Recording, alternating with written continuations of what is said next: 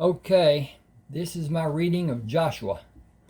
It is 97,684 words, and it is 152 pages long. I'm going to read from this. I enjoyed writing it. This is totally fiction. It has nothing to do with history. It has nothing to do with facts. It has to do with fiction, as I imagine life would be in these circumstances. So everyone should know they come up with something that doesn't seem to be right. It is fictitious, so it doesn't have to be right. At any rate, I took a lot of liberties, but anyway, I am not the author. Some writers, I'll never win a Pulitzer Prize. I wrote these to entertain myself, and I like it. There's three parts to his story. This is Joshua, then there's Joshua's Way, then there's Juella Crossing. Juella was a love interest of Heath, who was his youngest son. He had three sons, but Sherman, Heath, and Cullen. Cullen was adopted, more or less. Cullen's parents were killed, and at any rate. All right, I'm going to start off here. This is Joshua after his family was killed, and it has to do with a group of Indians that were living on his land. He has quite a large plot of land. At any rate, here we go. First to move, first to die. He was somewhere in the grove of trees within Joshua's hearing. He sensed it, he felt it. A life force was not far from him. Another man came from me, intent on proving he is capable of killing his enemy, capable of feeding his family, capable of making a judgment to take control of a desperate situation and act violently to emerge victorious, capable of leading his people. I got to change, and down we go. No movement by either man had been detected for more than an hour. Joshua heard the man move his foot, directing his attention to the location of the man as Joshua caught the sound and raised his head slightly to see only the toes dig into the earth to begin a push toward a log to gain a more comfortable position and better cover. It was a fatal mistake. As the man moved laterally, Joshua continued facing the man and moved away using his hands under his body with his knees bent while slowly and deliberately moved his feet. Let's make that moving, and then it'll look better. Maybe, if I can get my cursor to work. Well, now, there it is. Ding, ding, ing. Facing the man and moving away using his hands under his body and his knees bent while slowly and deliberately. Oh, bull. I fixed the wrong mood. Away and turn, ing. Now, it was a fatal mistake. As the man moved laterally, Joshua continued facing the man and moved away using his hands under his body with his knees bent while slowly and deliberately moving his feet, continuing to keep the tree between him and the assailant. Joshua knew where he was, where the man was. Joshua knew where the man was. Reprisal would be a silent and final attack. He judged the distance of his silent movements on hands and feet, moving backward until he continued facing his old position. The soft pine needles cushioned the movement of his hands and feet and allowed no sound. The man was still on his side, intent on Joshua's old position, peering under the fallen log. It was his second mistake. Joshua thought. He will not be aware of my advance from behind, and his attempt to evade the attack will be too late. It was his third and final mistake. Joshua slowly circled around the man's position, taking care to make no sound or commit an action that might bring the attention of the waiting man to the position Joshua was moving to. He did not look directly at the man. The man continued his vigilance of the area Joshua had been in, anticipating a blunder that would give him an advantage and cost Joshua his lifeblood by waiting to gain the superior position to attack from and give him the victory he sought. He was confident that he needed only one powerful strike to give him the prize he knew would soon be his to show the people. He was confident in his plan. He was overconfident. His total attention was focused on Joshua's previous suspected position. Joshua stepped around the tree, holding the blade in his raised hand, and threw the double-edged knife. He quickly brought the gun up ready to fire if the man made an aggressive movement. The man's head fell onto the pine needles, incapacitated from the impact of the knife entering his body, with his spinal cord severed just below the base of his neck. Joshua waited for a sign of life. When none came, he moved to stand straight. He was alone in the trees. The horse the man rode gave the only sign of life in the area. He could not merely discard the Indian's body, as he respected the beliefs of the Indians held. The man's horse was tied on the west side of the trees, but he refused to be led into the trees. Joshua mounted the horse and rode to the barn and turned the man's horse out in a small lot away from the other animals. Disease must be considered. Quarantine was essential until the animal proved to be healthy. Joshua saddled his Arabian stallion and rode to the body of the dead man. He tossed the limp body into the air and held it away from the stallion's back and slowly brought it down behind the saddle. He mounted and rode to the Indian camp a mile past the eastern edge of his property. The old shaman held his hand high as he came to the horse and pulled the lifeless body down, backed away from the horse, and allowed the body to drop to the packed earth. He motioned for Joshua to remain on his horse and spoke to the people standing away from Joshua. 4 well-bred mares were brought to Joshua with the belongings of the dead Indian tied to their backs. A young girl led another mare which exhibited exceptional bloodlines and her yearling filly. Both of them bred to Joshua's Arabian stallion would produce foals of great value. This scene has been played out 6 times before. The Indians were shocked when Joshua brought the first body to them.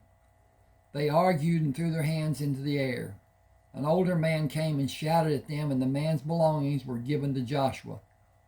He learned through a friend that the dead Indian was believed to be inferior since he was killed by an enemy, and the enemy was not harmed. The enemy was revered in some mystical manner, and tribute was paid in the form of the belongings of the defeated man. He took the horses and possessions to Hiram Littlehorn's house and spoke to him before he dismounted. I killed the 7th warrior who came for me. Will you speak to the Indians for me? Hiram smiled. That's good. It's over for you. 7 failed attempts would be considered a bad sign. The attempts have a total of more than 7. They will move away from here. I will not wait until one of them attempts to sneak up on me at some point when I'm distracted. They will leave today or I'll burn their camp tonight. My thinking is I should have done it after I killed those who killed Ma and Pa. Hiram said, I will make your words known to them. Good, I will take these horses and other things that belong to him to the house and meet you on the way there.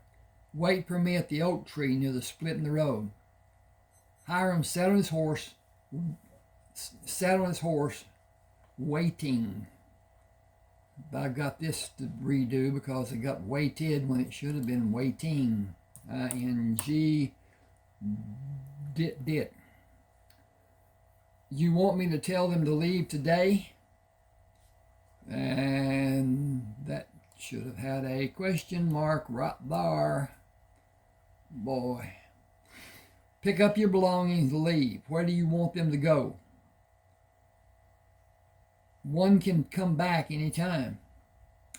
I want them to be at least 2 days from my land. If one ever comes for me again, I will burn the camp as soon as I can go there. I will leave their dead bodies for the animals. Tell them what I will do. I will follow them after 2 days to know where they are. They started this, and they have allowed their young men to attempt to kill me after I killed all those men who were at my house when Ma and Pa were killed. It ends now, or I will end it tonight. I will not live in fear of more than one coming for me. It is left for them to decide. I will kill every person if I find them here after the sun no longer gives the warming light. Hiram signed to the old man and waited for the response. He said, they have lost many of their young men. They cannot defend against their enemies. They cannot go north and they cannot go south. They have enemies both north and south. Joshua said, they may have enemies they fear.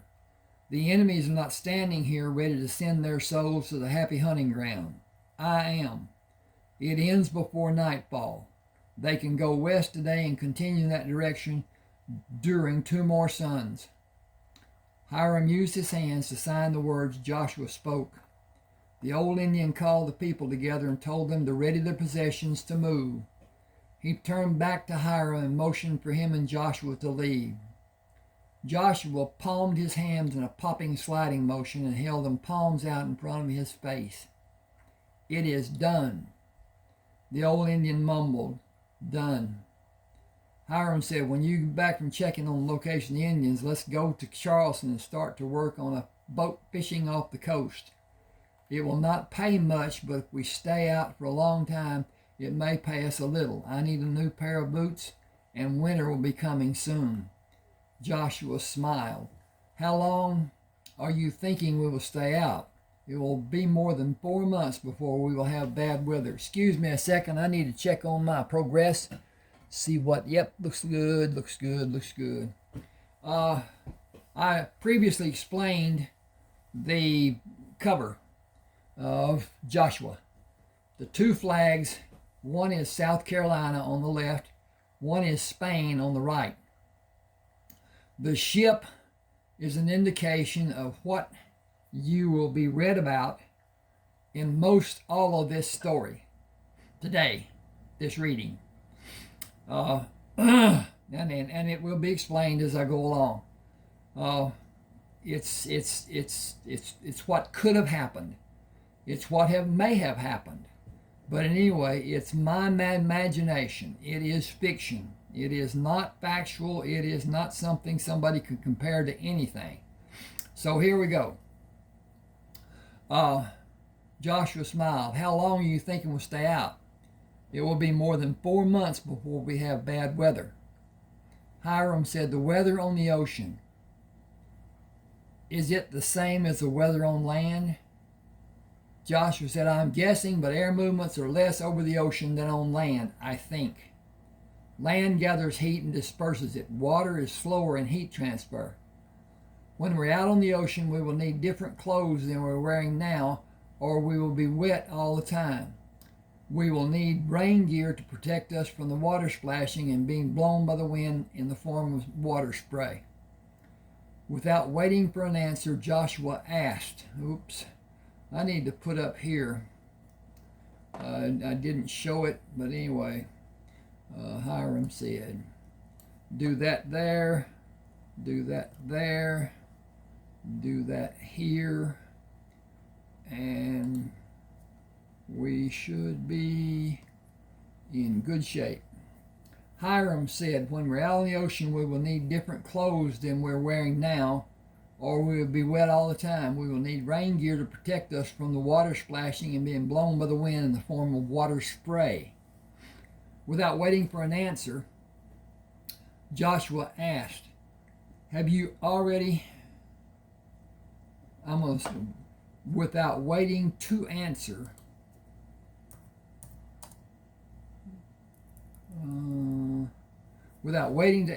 Joshua asked, "Have you already talked to someone about working on a boat to have pay for going on an assigned labor, us having a job?"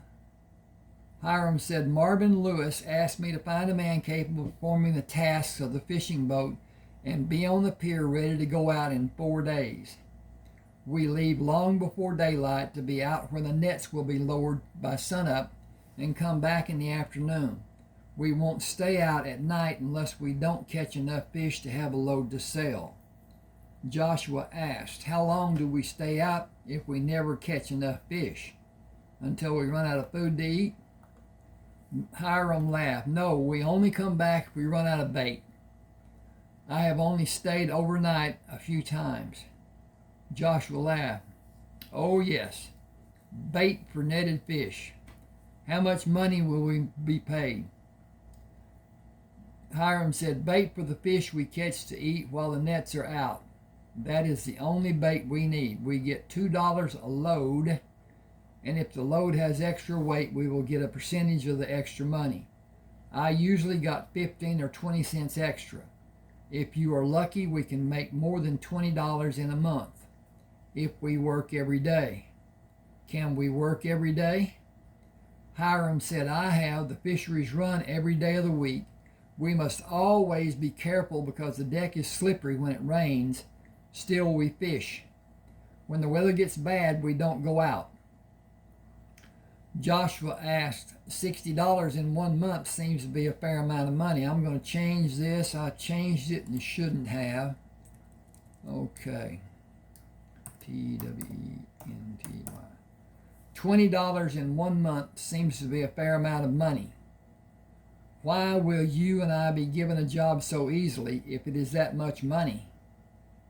Hiram laughed. "For more reasons than I can tell you about. You and I are the team who will manage the sails. You and I are the team on the side of the net to be windlassed into the boat to catch the fish. One side is pulled for a little while and tied off, and the other side is pulled the same and tied off until it is hoisted into the air to capture the fish. You and I are the team who will work to swing the boom around and release the fish onto the boat." I got to change this. Fish into the 2 holes and onto the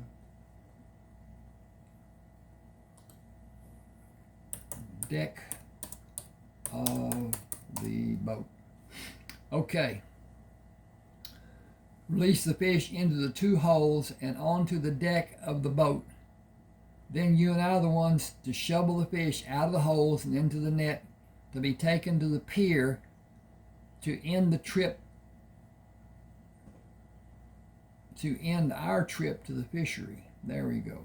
End that needs to be our, to be understood. End our trip to the fishery. He looked excuse me. He looked guilty. "We will only work about 5 months. That is almost every day for the whole time. Then the weather tells us when we can work or if we can stay in, or if we stay in. The only way for us to know is get up and go to the pier to see until it is judged to be time for the boat to be secured. Until next season." Whoa, okay.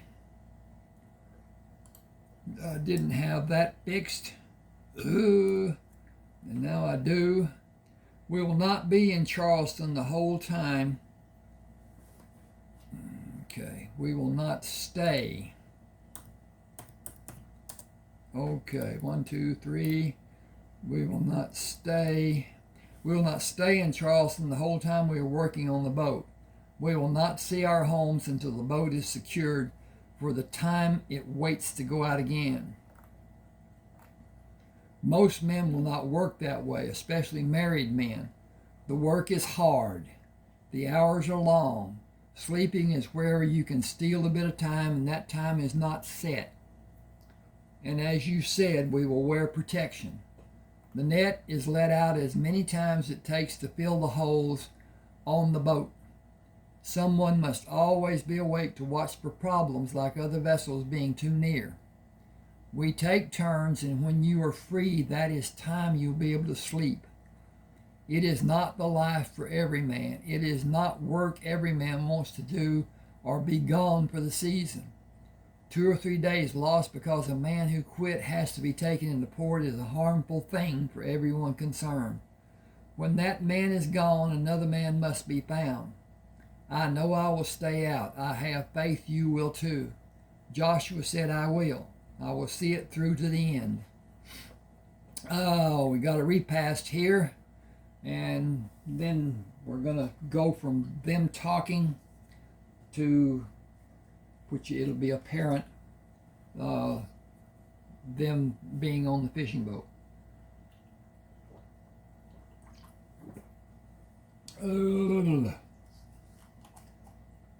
Oh, just drinking the drink, getting a break. Thanks for your patience. The fishing boat was not as small as Joshua earlier imagined it to be.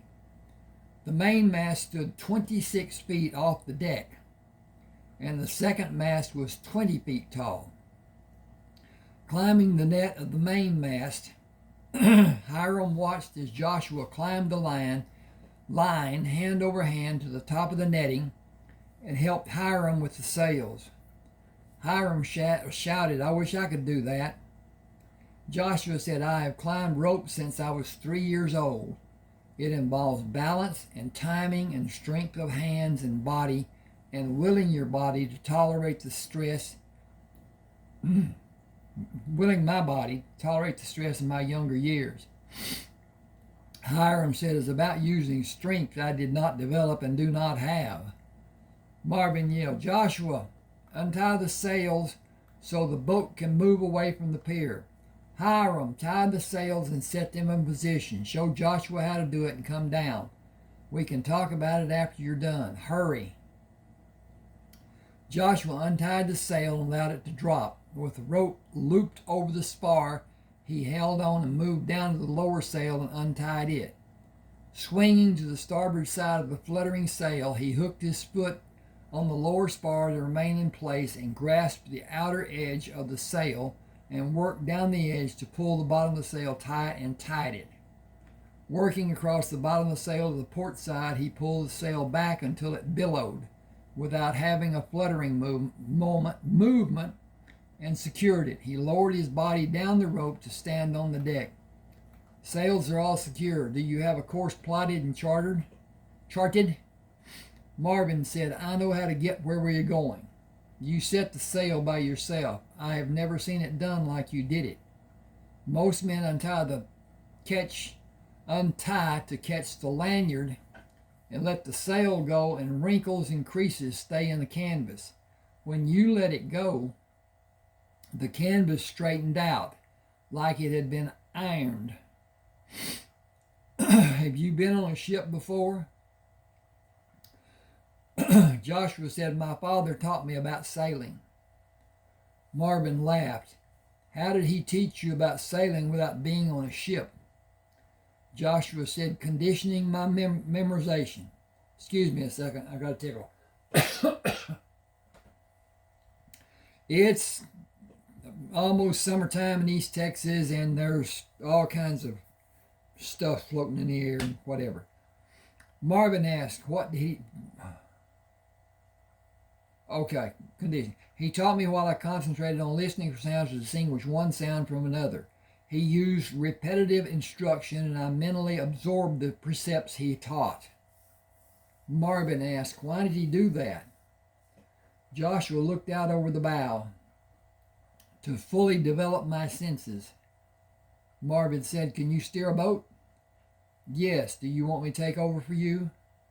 Marvin said, I have things to do below and check for problems with the boat. You can steer by sight until the boat clears the buoys at the opening of the harbor. Set a course going straight east. If I'm not back when you want to be relieved, tie the wheel and find me. Be certain there are no ships around, and be certain the boat is safe when the wheel is left unattended. The boat passed through the mouth of Charleston Harbor, and for more than an hour Joshua steered the boat to a straight easterly course without deviation before Marvin and Hiram came back on deck laughing. Hang on a second, give me a minute.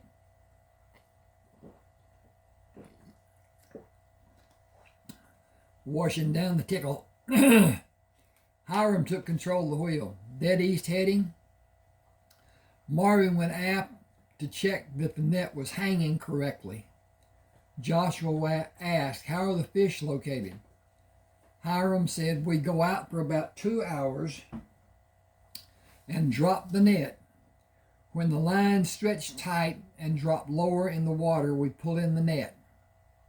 "Is that the best way to find fish?" "Fish swim in schools for protection. They like to stay in colder water. The bigger fish like warm, shallow water. The bigger fish only go out of the shallow water to feed. The fish being targeted swim faster in the conditions of the deeper, colder water. I wonder if you could catch more than a few fish if you drop the net here." Marvin asked, "How's that?" Hiram said, We were just discussing where fish like to be in cold water or warm." Hang on a second.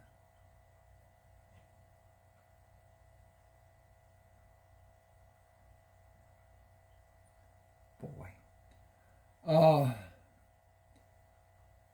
Okay. Hiram said, "We were discussing where fish like." Marvin said, "That is something I know nothing about. I never had another fisherman talk about it. We help each other because every one of us is afraid that if we are not able to help each other catch fish, the fishery will close and go somewhere for a better profit. Is there some theory about how or where the fish might be found?" Joshua said they like to stay in colder water. Marvin looked uncertain. Why would they do that?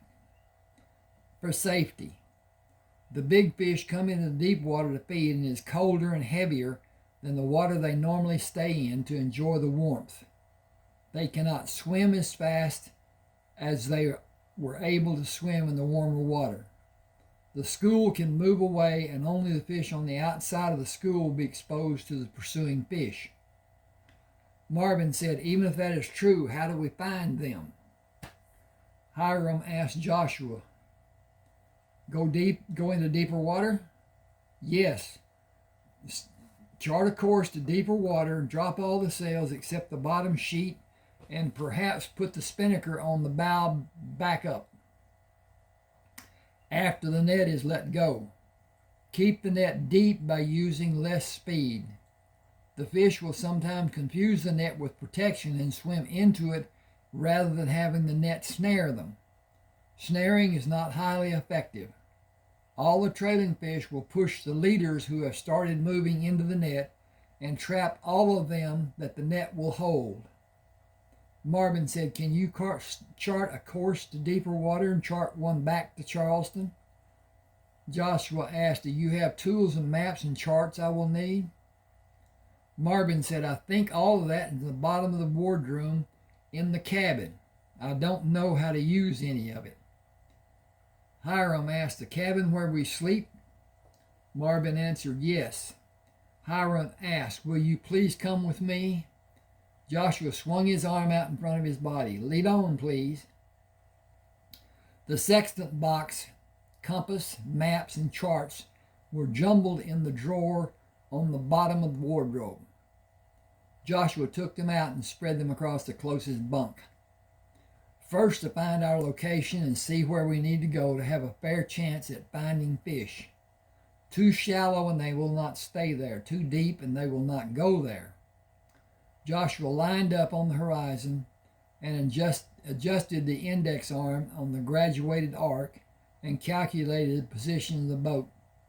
He went down to the stateroom and found the needed map, calculated where to start the first run, and went back to Hiram at the wheel. "Follow the coordinates I have positioned on the map by directing by direction using the compass. I will continue taking readings and direct the boat.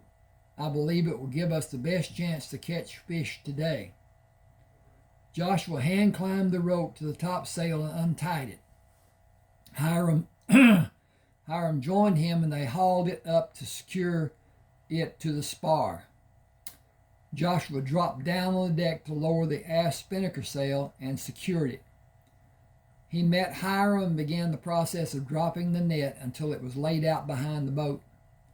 Hiram said, "Time to sleep if you can. It will be hours before the boat reaches the last coordinate on the chart." Joshua said, "That may be, but the net has started to drag lower in the water than it was a few minutes ago. That is a sign it is gaining more weight. It is starting to become full of fish." Hiram said, "It's only been a few minutes. It will take hours to fill the net with fish." Joshua went to Marvin. "Look at the net to see what we need to do. I will steer." Marvin yelled when he could see the net, "Joshua, tie off the wheel. We will bring the net in." 2 hours later, they turned the boat for Charleston with the holes. Turn the boat. Okay. To Charleston Bay. Is that with a 2 hours later, they turned the boat into Charleston Bay with the holes brimming with fish and the deck covered with fish. Slowly moving along the pier, the boat ran out mooring lines to tie the boat to the pier and unloaded the fish, first from the deck, then the holding tanks. 2 hours after docking, Hiram and Joshua climbed out of the forward holding tank. Hiram said, "That was a good day's work. What do you two want to do now?" Excuse me. Hiram said, "Get a bath and eat." Hiram said, "And after you eat?" Hiram asked, "Do you have something in mind?" "We could go back out. There will be a full moon. If we can do what we just did again, we could be back here before 1 in the morning and be ready to go back before sunrise." Joshua said, "I will do as you two want to do. I napped on the way coming into port. I am ready for anything. We should go farther south than we did today." I think that's wrong. That should be north. Oh, yes. Okay. Ding, ding, ding, ding, ding. We should go farther north than we were today. I can tolerate working with just a few hours sleep. I will take the wheel going out and let you sleep a few hours. Marvin said, "The men at the office jokingly asked if we had filled the boat with fish before we left and only turned around to bring them back. They asked if the net was even wet. Nobody has ever made a load as fast as we did today." They were not ready to receive the fish because the other boats left after we did, and the men in charge of this fishery had to go out to find the men to tell them to come inside to work. He held out the cash he was given for the load of fish. "Let's get fresh clothes from the store and leave these to be washed. Go to the hotel, have a bath, eat, take the money to the bank to make a deposit, and go back out. This has turned into the best day of fishing I ever had, and it is not over." Got a break. Sis extricates. Joshua stood with his hand on the line of the fish net, judging the tension. He felt it begin to pull as the weight increased. Soon it was pulled straight out from the bow of the boat. "It is time to bring the net in. I will haul sails while the net is being pulled." Joshua pulled the sails up and tied them, then looked at the back of the boat where Marvin and Hiram turned the windlass on the port side of the boat to bring the net over the stern of the boat. Going down to the deck, he took Marvin's place at the windlass. "Could you and Marvin pull one side of the net while I pull the other side?" Marvin said, with the boat moving, it has too much weight for the windlasses. It will pull both of them out of their anchors. The boat must be stopped. Joshua climbed the line again to haul in the remaining sails and allowed the boat to be pulled by the net to stop its forward progress. The fish in the net were dumped until the holding tanks were filled and the extra fish covered the deck. Marvin maintained a course for Charleston Harbor. Okay, I need to go back up to Bay and get out of okay, in the Charleston Harbor, Harbor. That way I don't have to hold. Anyway. They just went into Charleston Harbor.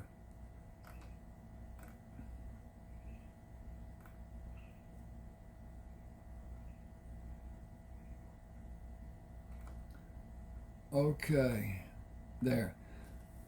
Marvin maintained a course for Charleston Harbor while Hiram and Joshua pulled buckets of water from the ocean to throw water over the fish on the deck. Back at the pier in Charleston Harbor, sunlight began to be visible in the horizon when the last of the fish were winched from the boat and dropped into the wagon, which dumped the catch into the chute of the fishery. Hiram asked, "Will we do it again?" Marvin said, "It's too early to buy extra clothes. I don't want to have a bath and put these clothes back on. Let's just get coffee and something to eat and take it with us. I will leave the money at the front desk of the hotel for the manager to put in the safe." Sailing along in the deep water, Joshua moved down to the deck after he hauled the top sail. He used his hand to measure the distance from the horizon to the sun and calculated the time. Nearing 9 o'clock, if the fish cooperate, we may be back in port in time to buy new clothes and have a bath. Marvin says this cannot hold for us. We are taking more fish than we ever have. It has to taper off. We have been lucky to have the amount we have had. It is simply too good to continue. Joshua said the fish in the ocean are without numbers. Fish in different locations and the supply is endless for one boat. No other boat is operating as we are. I doubt if any of them are charting. They are just doing random fishing and hoping. We are using the maps to find shallower water and abundant fish. The area we have fished before will still have fish, as the fish will move to the open space in the area when we have taken fish from it. Stop, put the stop from the area. Did I get area? Oh, no, I didn't. Area. We will not continue in this location, but move to another and come back here in a few weeks to allow the fish to also come here. I will haul the sails. The net is full and ready to be pulled aboard. After Joshua climbed to haul the mainsail, Marvin stood upright. There is a ship coming at us. It will hit the boat. Joshua looked up in time to grab the net and braced for the impact of the ship colliding with the boat. It hit forward to the middle of the boat and pushed the boat to the starboard side and continued pushing as the side of the ship slipped down the side of the boat. Men on rope ladders stood on the side of the ship ready to jump into the boat. As one man hurled his body at Joshua, he was caught by his waist and thrown over the rear deck of the boat and slipped into the water. A second man attempted to hit Joshua with a club as he lurched toward Joshua on the slippery deck. Joshua parried the arm away from him high into the air and struck the man in his chest and quickly turned to face two other men. One threw a wild blow at Joshua, interfering with the advance of the second man. Joshua went under the blow and threw his shoulder in the man's abdominal area and crashed him into the second man, sending both of them against the side of the passing ship before they fell onto the deck of the boat. 3 men moved against Joshua's back, grabbing his arms. Joshua drew his arm away from one man and smashed his elbow into the man's face. He turned and was hit on the side of his head with a short, windlass handle. Almost dropping, he shook his head and attempted to stand upright. 2 men grabbed his arms and jerked him forward. Just a second. 2 men on each side. 2 men on each side.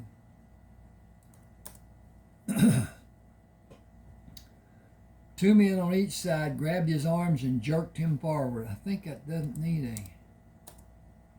2 men on each side grabbed his arms and jerked him forward. He braced against one and threw his body against the other. The windlass handle hit him much harder a final time. The attacking men tied a line around Joshua and lifted his limp body onto the deck of the ship and carried him to the aft storage locker, dropped him inside on the deck, and locked the door. Becoming aware, I've got to have a space. He determined the stench he smelled was his own doing. He felt the back of his head where the painful throbbing seemed to begin.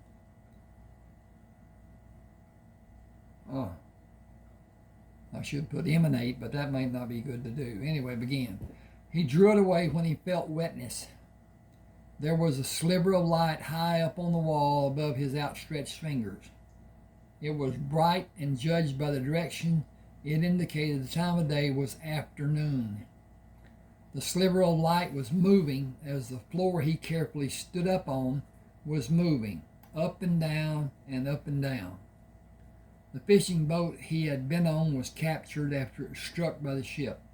He slowly came to understand he was imprisoned on the ship.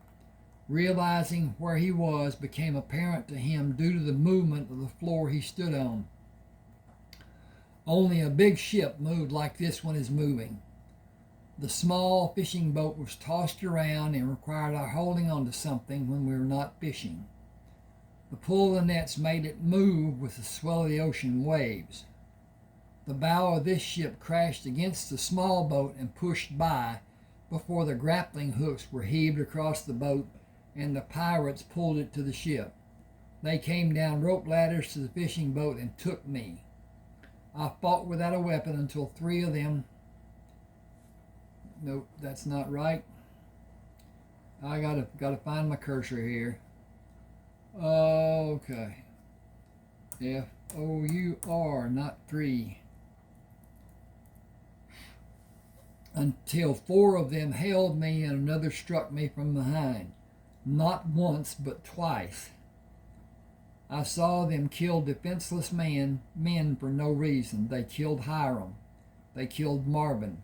They brought me here. They wrecked 3 lives for some reason I cannot begin to fathom, except to wonder what would happen from my being brought here. What possible purpose could they have?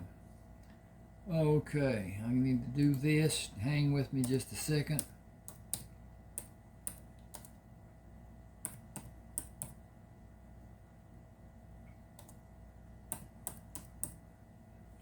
Okay.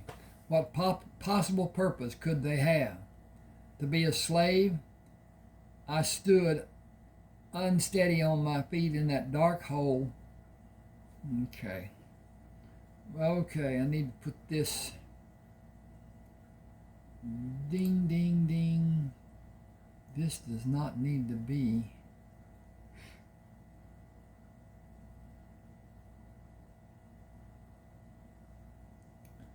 I stood unsteady on my feet in the dark hole, bewildered and without reason. The shadows of scenes in my mind passed before I was able to recognize what they meant. The attack was so sudden I had no time to put together the images I saw. There was nothing in the room except that thin sliver of moving light high up on the wall. No weapon to defend myself.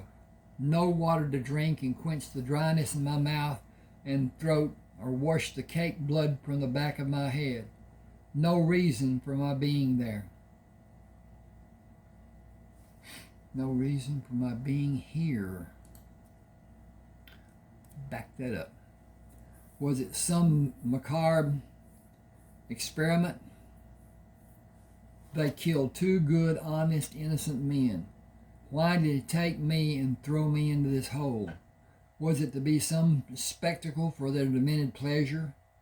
I stopped and wondered how long I had been here. I had no means to use to deduce the answer. I needed to wait for the chance to escape. It did not come that day or that night. Nothing came. I need to check again. We got a pause here with these six asterisks. And we are okay. Not too bad. This will be long. And people have asked for it to be longer. I was making videos of less time, 30, 45 minutes or whatever. I was thinking or told or whatever that YouTube had a length of time that was relegated, and so it had to be within that length of time. I didn't know what the length of time was, but at any rate, I found out they don't care. The longer the video is, the more ads are put into the video. So this can be anything, but mostly this is done for people who are doing whatever and can just take their phone, put it in their pocket, or have it nearby or whatever, or the reading device, whatever, phone, tablet, computer.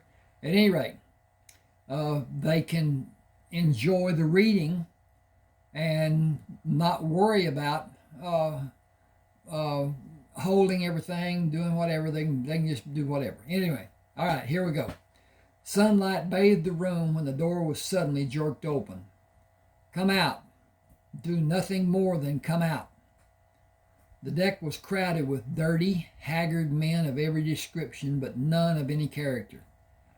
These men were thieves and murderers, rogues following orders to gain plunder from untrained and outnumbered men.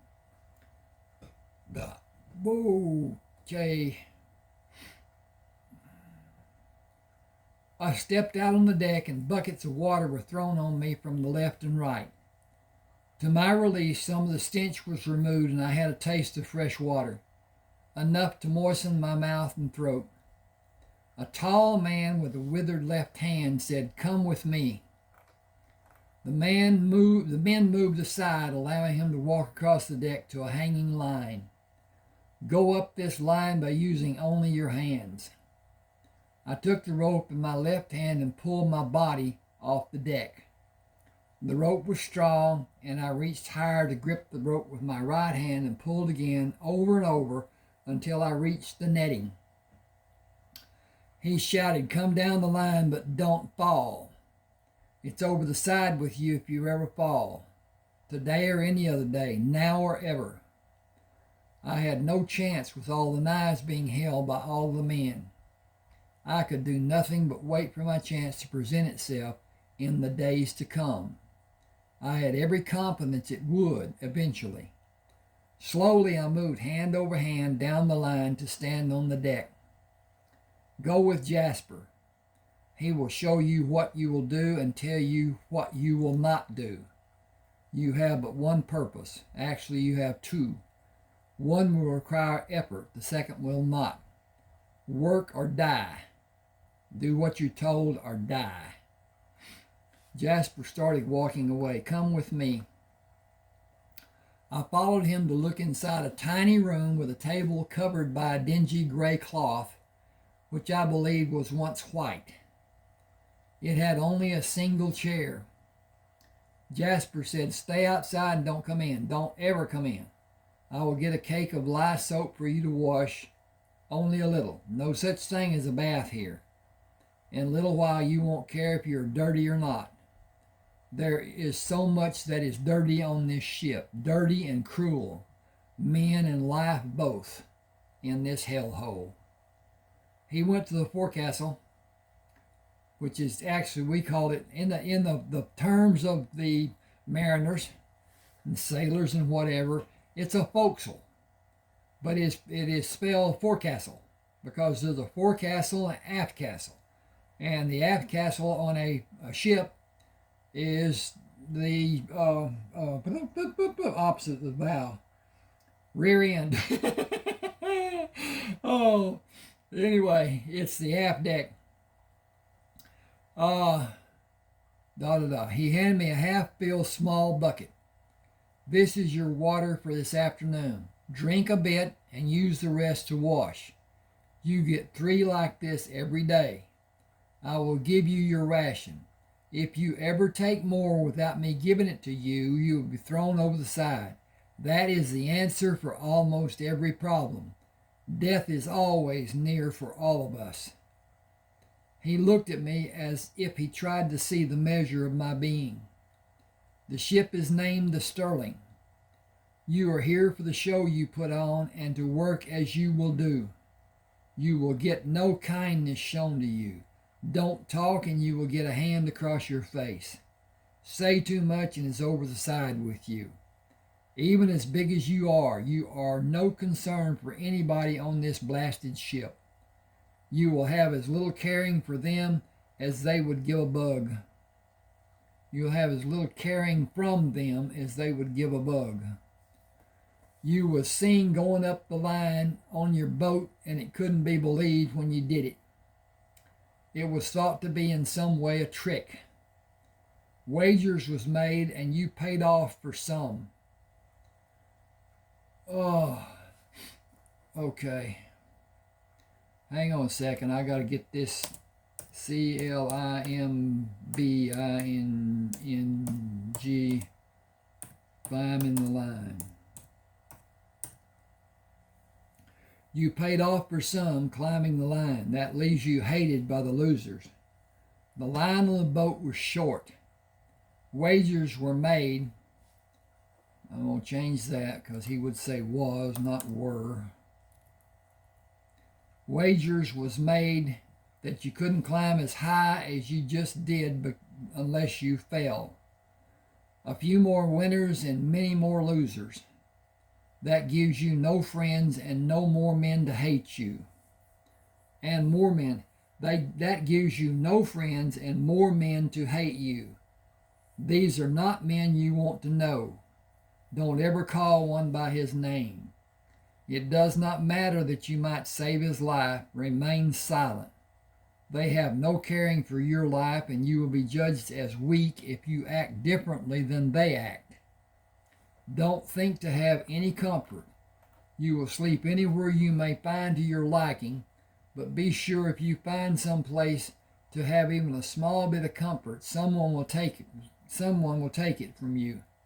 Don't let that be a problem, or you may both have a short swim. Keep to yourself and do the work I tell you to do. Stay out of everyone's way. Don't do anything to disturb the normal day. Okay, he's talking about you are taller than any man aboard the Sterling and bigger. Watch for their knives.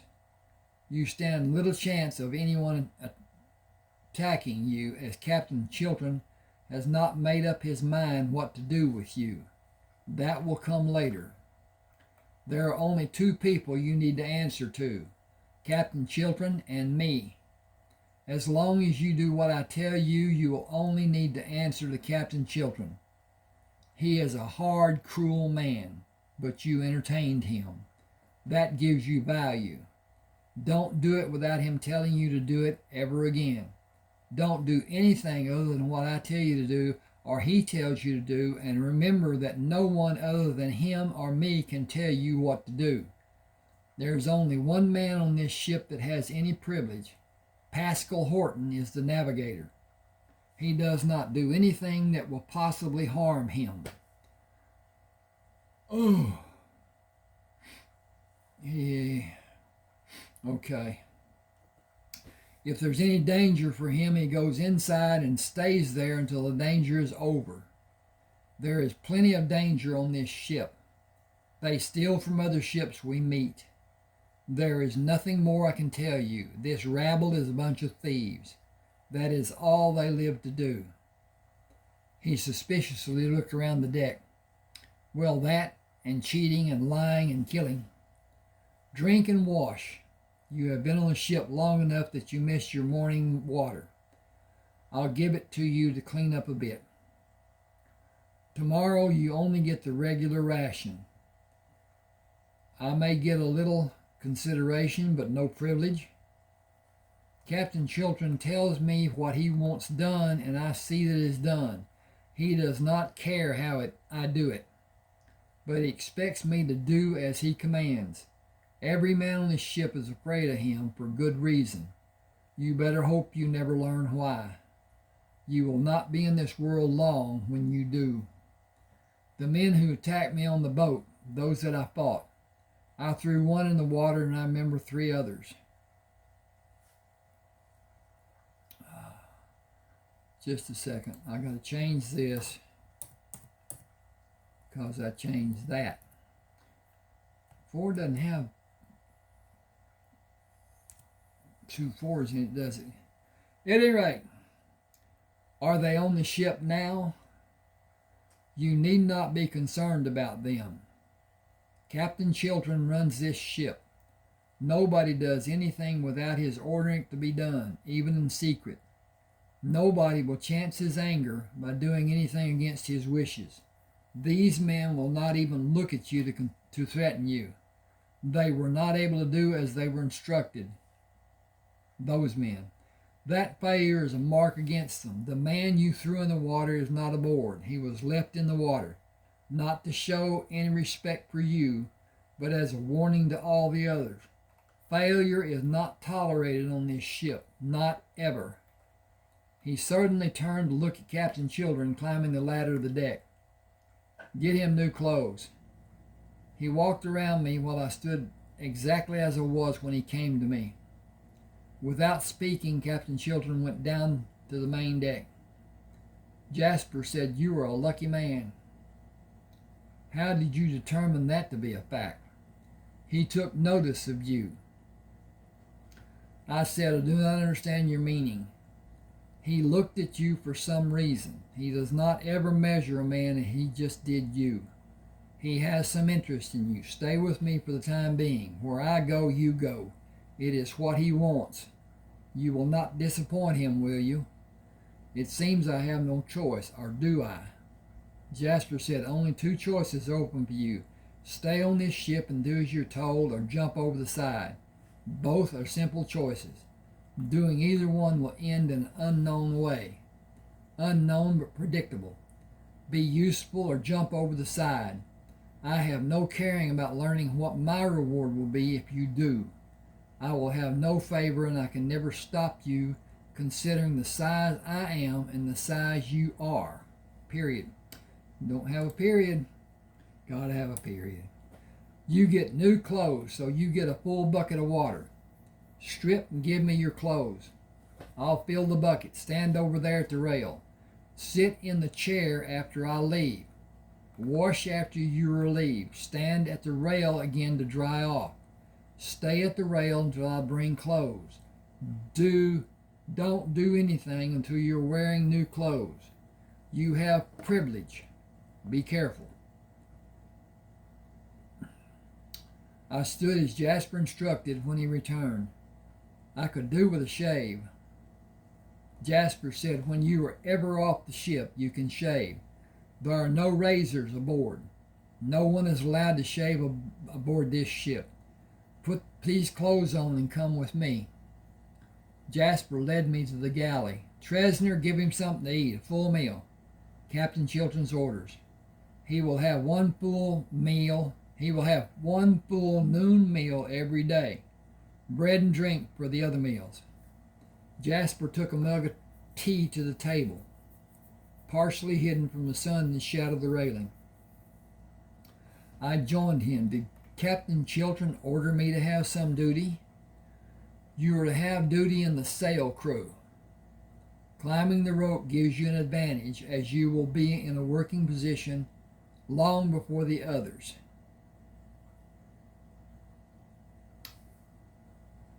climb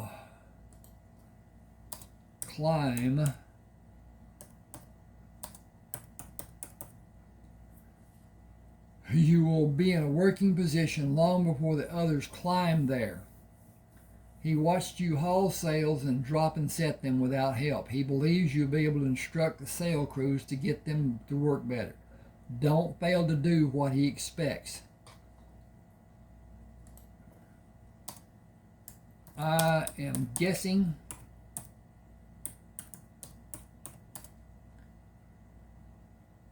about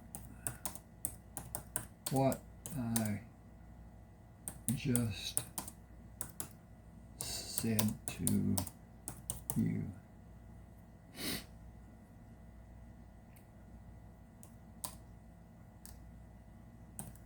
Hold that in your mind.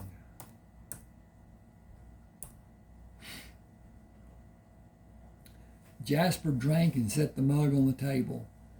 You will have the lives of the men of the sail crews in your hands. Leaving a man out of the crew because he can't keep up or be instructed properly will be fatal for him. Teach each one as much as you may be able to do. Lives depend on you being successful. Success will keep you alive. Failure will have the reward of a short swim. You are to have a cabin near Captain Chiltern's cabin. Serve this ship the best ways you are able, and you will have privilege no other man has, even me. I ate the meal and considered the possibilities open to me. If I could gain the trust of Captain Chiltern, my escape might be possible. I wondered if he ever trusted anyone. I finished the meal. Is it possible for me to climb just to exercise and try to stop this pounding in my head? You have the freedom to do anything you like as long as it has to do with the sail crews. Will you stand on deck and relay my words to Captain Chiltern? I can do that, but it's not needed. You can speak to him about the sails and the sail crews. Ask to speak before you do. I said I need to work off the meal I just had before I climb. Jasper said, just keep it in the back of your mind that Captain Chiltern knows what you are doing and why you are doing it. Escape is not possible for any of us. The thieves are the only men allowed to go ashore. If they don't come back, it's because they are either dead or arrested, and they will soon be dead. Others will come to take their place. More men that will be needed will come. The men moved away from me when I walked across the deck, took the rope I climbed earlier and went hand over hand to the net and continued climbing the net to straddle the top spar with one foot through the netting. Surveying the horizons in a complete circle, I looked toward the west and home. Will I ever see Charleston again? After a few minutes, I moved down the rope to the deck. Still holding the rope, I asked, may I speak? Yes. Is this ship supposed to be moving at full speed? Captain Chiltern said, yes. I asked, may I please have the sail crews aloft? Captain Chiltern asked, do you want the top sail crews or all the different sail crews? I said, if we are to practice for battle, all sail crews will be needed. They will need to practice for speed of sailing and speed of hauling and dropping and setting and adjusting to resetting. They must learn to quickly manage the sails under every circumstance.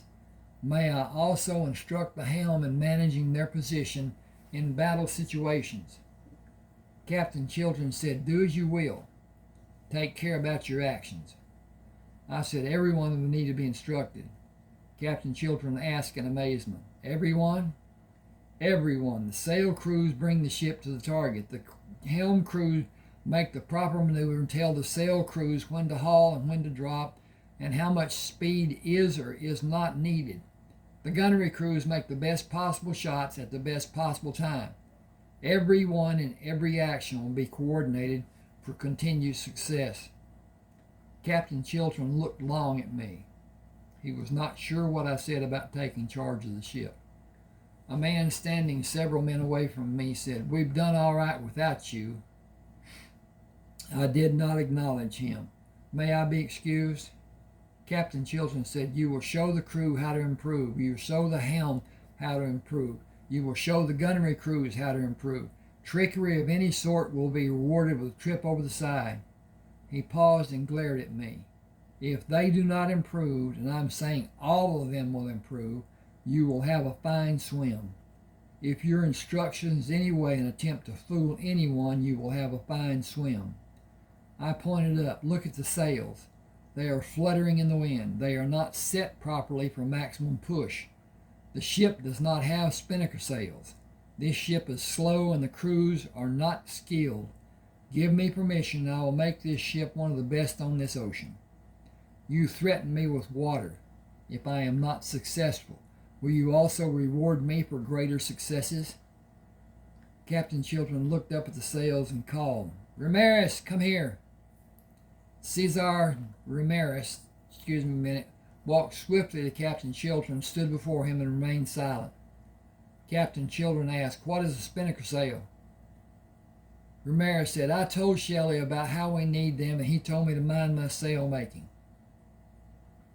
Captain Chilton said, "Shelley was killed in our last battle. What is a spinnaker sail?" Ramirez said, "It's a sail anchored to a mast, top and bottom. The top is anchored by a long line. Let the sail move up and down. The bottom is anchored to a small spar and move to catch the wind. The ship has room for 4 spinnaker whales." I got a spinnaker whale. "The ship has room for 4 spinnaker sails, 2 large ones and 2 small ones. This man is right in all he said, if I may say so. It will help the ship increase in speed if it is managed right. I said it is triangularly shaped. The top of the hypotenuse is anchored at the top of the vertical mast by the use of an iron slip ring. More iron slip rings hold the side opposite the hypotenuse to the stationary mast, and the side adjacent runs from the extended end of the spar to the mast and is held in place by a rope.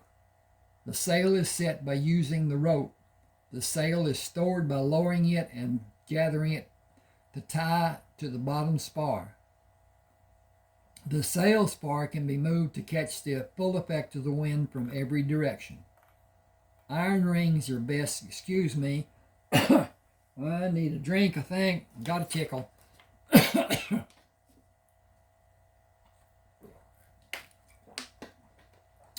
Hope you're enjoying hearing this as much as I'm enjoying reading it. This. I won't explain that. Anyway. Iron rings are best to allow the sail to be taken in and reset when the process is needed.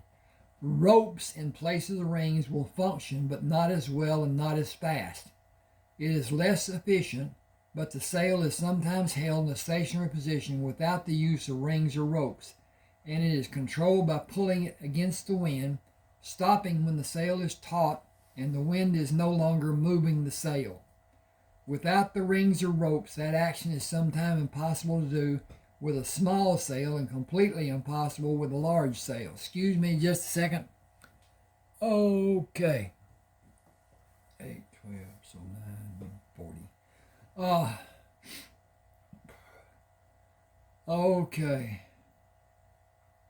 Okay. I asked Ramirez, "How much speed will the sails add to the ship?" Ramirez looked at the captain for permission to speak. Captain Chilton bellowed, "Tell me."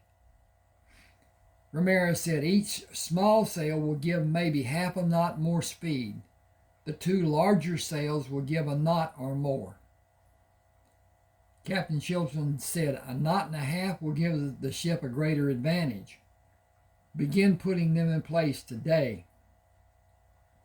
I said he was not telling you it add a knot and a half. Depending on the size of the sails, each small sail will give a half knot or more, and the larger sails will each give a knot or more. It will be determined by the height and length, which equals added speed, proportionately. The bigger the sail, the more speed they will add. Captain Children asked, 4 sails will give the ship an extra 3 or more knots? I said more than 3 knots, and managed correctly, the spinnakers will give faster turning of the ship. The crews must be trained to act together according to how they are ordered and follow orders exactly. If they do not work together and follow orders precisely, all the training is for nothing. The training will be new to the men. Correct action will require many days of training for each man to understand the different means needed at certain occurrences. Captain Chilton said, you will be in charge of training and of the orders given. Your orders will be followed exactly, or one not following will never draw another breath. I will not ask that a man be punished if he is only failing. If the case is such that he is attempting to stop our progress, I will agree to your judgment. I will not train a man to die for lack of intelligence or reactions. My speaking Captain Chilton angered him. I will allow you that one chance to help a man improve, but he will not be allowed to cause a failure. I will know the abilities of all the men in 6 hours. Captain Chilton said, order the sail crews as you see fit. I yelled, sail crews, do not try to be first going aloft. I will be waiting for you, and I will watch your progress. Go safely and help each other in every way you can think of. The quality of your lives depends on each man helping the other men. Go aloft now. I will wait for you to join me at the top sail.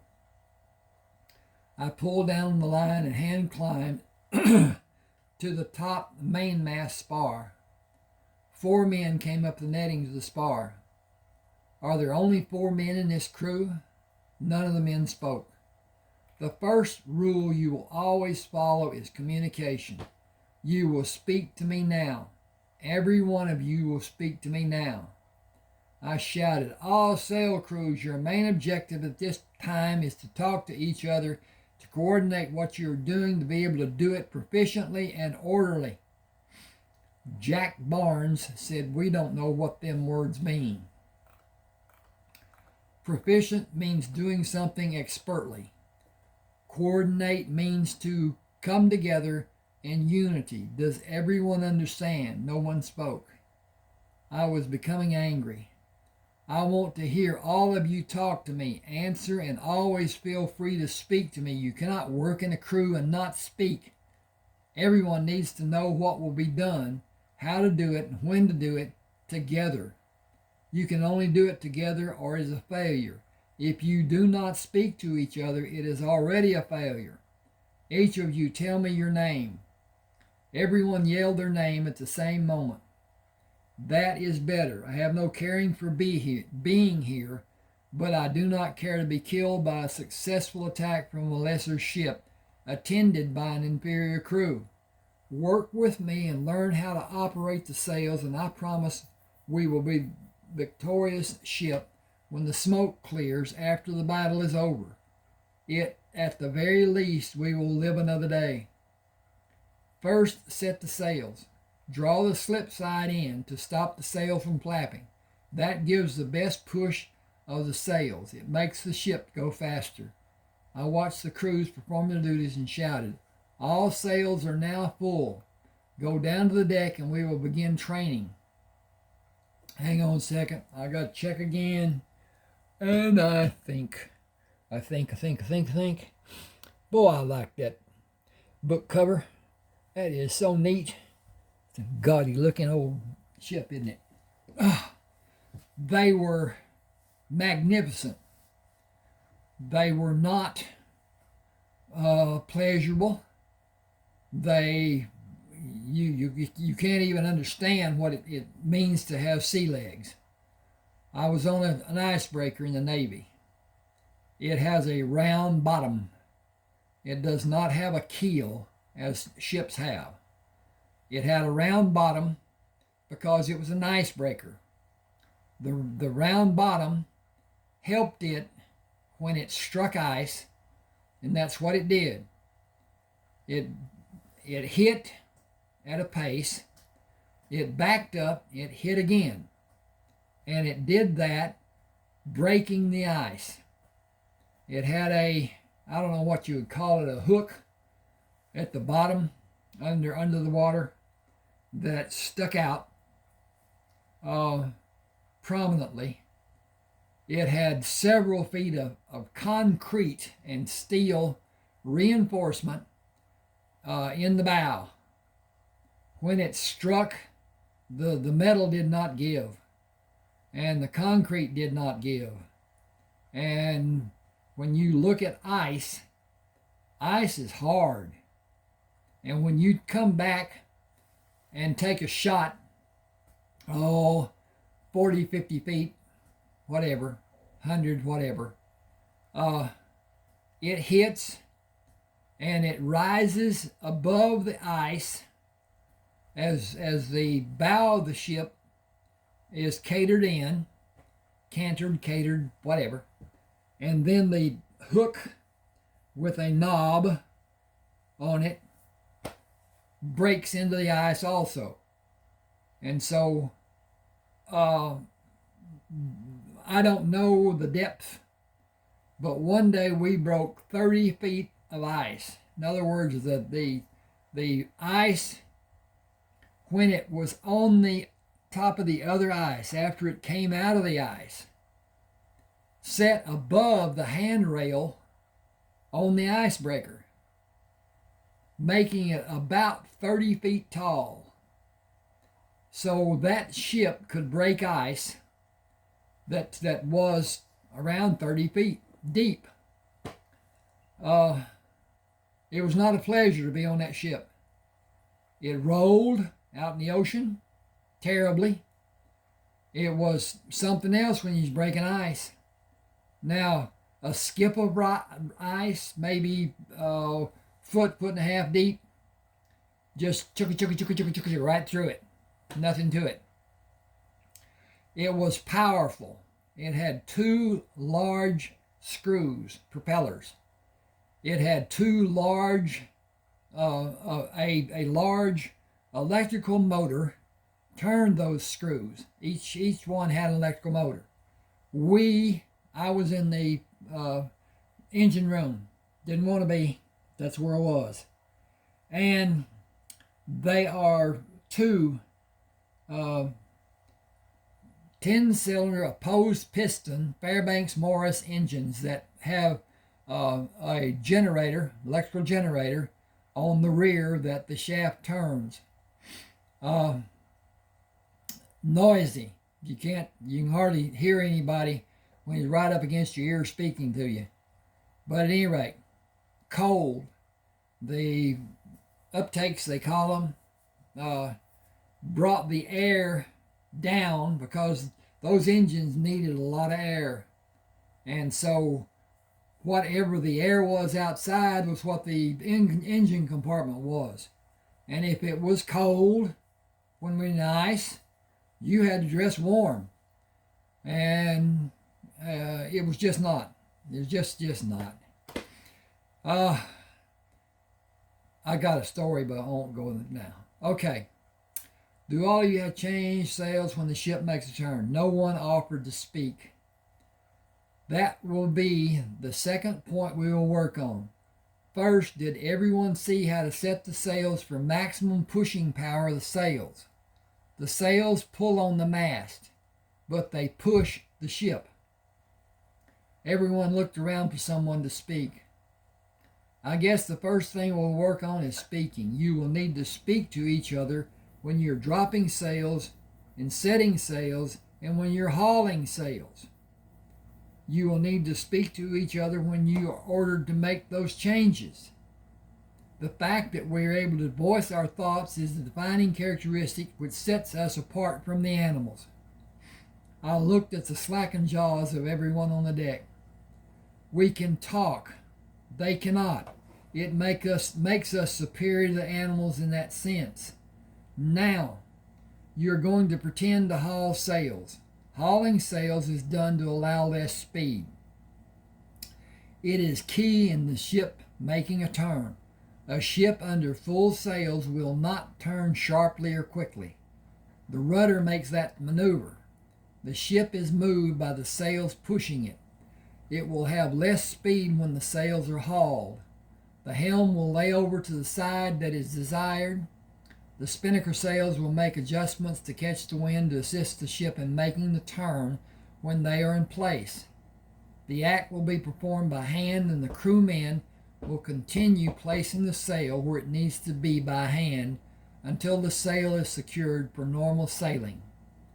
The sails are hauled for two reasons when the ship is turning. First, to allow it to make the turn, and second, when the ship turns, the sails will lose the wind and may even stop the ship's progress by being down and catching the wind coming against the sails instead of pushing the sail from behind. Everyone, the word simulate means to pretend. We are going to simulate the process you will do to turn the ship and set sails to gain maximum speed for the ship to move in the precise direction that is needed. You are going to practice until everyone is able to do the same thing at the very same time, over and over, until you will be able to do it with your eyes closed. An hour later, I told the men to relax and think about what they had learned. I went to Captain Chiltern. May I supervise the construction of needed masts and spars for the spinnaker sails and have Ramirez make the proper size sails? He answered, there is no material for that. As soon as we can get into a port to get them or find an island to cut them, it will be done. Until that time, you will operate with what you have. I said, what I have is a crew that is smaller than what is needed. 6 men should be on each of the sails. 4 cannot haul and tie or drop and tie and set as well as 6 men can. Captain Chiltern again showed his anger. You will instruct the 4 man crews, and they will do as you tell them. See to it. When you have time, instruct the gun crews. We will be back in the ship lanes in 3 days. Have everybody ready. They will be ready. I need to instruct the helm crews and see what needs to be done for the gun crews. Does the ship use exploding cannonballs? They are too dangerous. They are perfectly safe if the fuse is placed in the cannon correctly and the cannon is fired correctly. Captain Chiltern said it's too dangerous. That is final. I will stand next to the cannon and fire it myself if I can roll the cannonball in with the fuse cut to the proper length and have the ball placed as it needs to be properly ignited. So many have blown out the deck. They were on the deck above, and many men have died from those explosions. All due to lack of knowledge and expertise. I can do it properly, and I can teach other men how to do it. It is not something I have seen done without accident and injuries. Do as you will. I instructed the sail crews and helm crews and gun crews and supervised their individual practices through the day, and occasionally I spent time with the lookouts. I was certain the different crews of the ships were as prepared as they could be. They had a practiced knowledge and would help their efforts until they gained a solid working knowledge. I asked Captain Chiltern, do you have maps of the Atlantic? Captain Chiltern was surprised by my question. Why do you need maps? To find trees to make the masts. To find trees to make the masts and the spars for the spinnaker sails. Captain Chiltern stared at me until I believed he would not answer. I would not hear an answer. Whew, that's a sentence. There are none aboard this ship. I said I might be able to find maps on one of the ships that we will engage, that will be engaged. Captain Chiltern said, you are not going on to another ship. You will direct the crews and remain on this ship. How do you know about maps of the ocean? My father taught me how to navigate, to chart and read a map. There are islands scattered across both Pacific Ocean and Atlantic Ocean. If it is not known where they are, it could be a hazard for the ship, as the ship may be traveling toward the island and it not be seen and have the ship turned in time to not run into the island or it might find the island during the dark of night. We can navigate to the islands and navigate to miss the known islands. Captain Chiltern said the ship's best problem is carrying enough water for everyone. Biggest problem. It is never enough and must be standard rationing. Men are not easily ordered when they are hungry or thirsty. I will instruct the men boarding the other ships to look for maps. The islands may have fresh water, and we need a home base that one of the islands may give us. Do not ask to leave the ship again. I want to see how you navigate. Do you know the use of a sextant? Since I was old enough to hold one steady. Captain Chiltern asked, can you read and write? Yes, can you? Captain Chiltern glared at me. I have never had anyone who was able to teach me. You are the only man on this ship that can read. Do you have books aboard to allow a man to read? Until now, no one aboard this ship could read. There has never been a need for books. Maybe the men can find books on the other ships also. Coldly, Captain Chiltern said, you will not teach another man other than me to read. Not another living soul if you value your life. I have no desire to try with anyone other than you. I saw that same cold stare. You will show me how the sextant is used and how to read maps and chart a course. It will be a relief to have you navigating and free me from other duties. I welcome the coming of that day. I have duties to see to, if you excuse me. Captain Chiltern merely flipped his hand ever so slightly. I moved across the deck, climbed the ladder of the bridge, and returned the salute to the four men. Your duty is to at all times manage the helm. I do not require a salute when I come upon the bridge. A salute will be required when Captain Chiltern comes up, but not anyone other than him. Should you have a problem about not saluting, have that person come to me. You will not be disciplined by anyone other than Captain Chiltern or myself. I turned to the helmsman. Is the wheel quick to respond, or does it feel loose? It is quick in response and solidly anchored, sir. I observed this man several times and appreciated his quick action. What is your name, please? Antonio, sir. I asked earlier, there was another man handling the wheel. You are much larger than him. Are these men the crew you normally stand duty with? No, sir. Thomas asked me to relieve him. He's not feeling well. Did he see the doctor? Antonio said, there's nobody aboard this ship who will tend to anyone with a sickness. There is no one who will give aid, or is no one who has the ability to tend to a person who is ill or injured. Antonio said neither of those two. I said, that is a condition that needs to be remedied.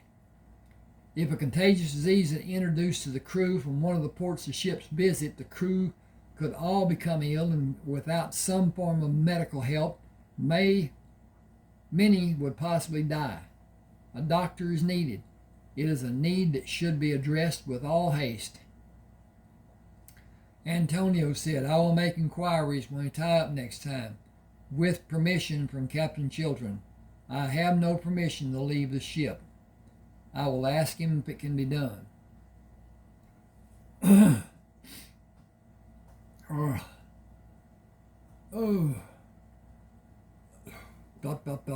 Okay, I got a break here, and so.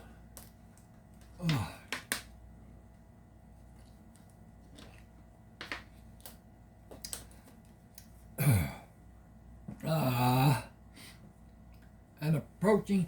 Also, if you enjoyed this, please subscribe to my channel, hit the like button, leave a comment. That would be so helpful. The first two, the subscription and the like button, is what the process that is used by AI to evaluate the interests of the person who is listening to this video.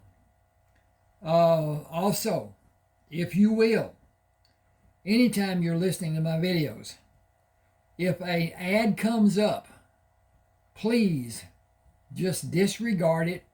Do something that you need to do or whatever. Let it play out. I make a little bit of money when that happens. It's not a lot.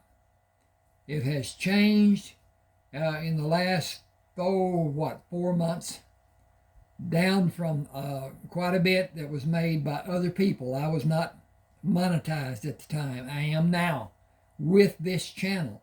I have another channel that is an ebook channel. This started out to be an ebook channel, then it converted into a coin channel, then it went back to being both coin and ebook.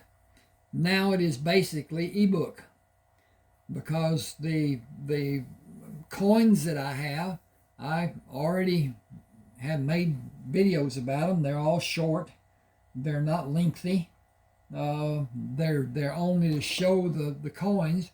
I give a little bit of expertise, which I have a little of, and but at any rate, that helps. Now then, I understand there's a video or an ad at the starting of the video. Click it, skip it. That's good.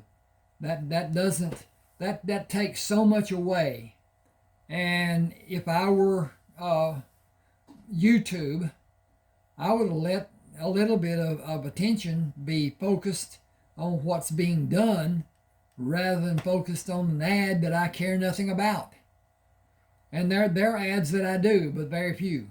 And like you, hit that skip button and continue on. Even the games, okay,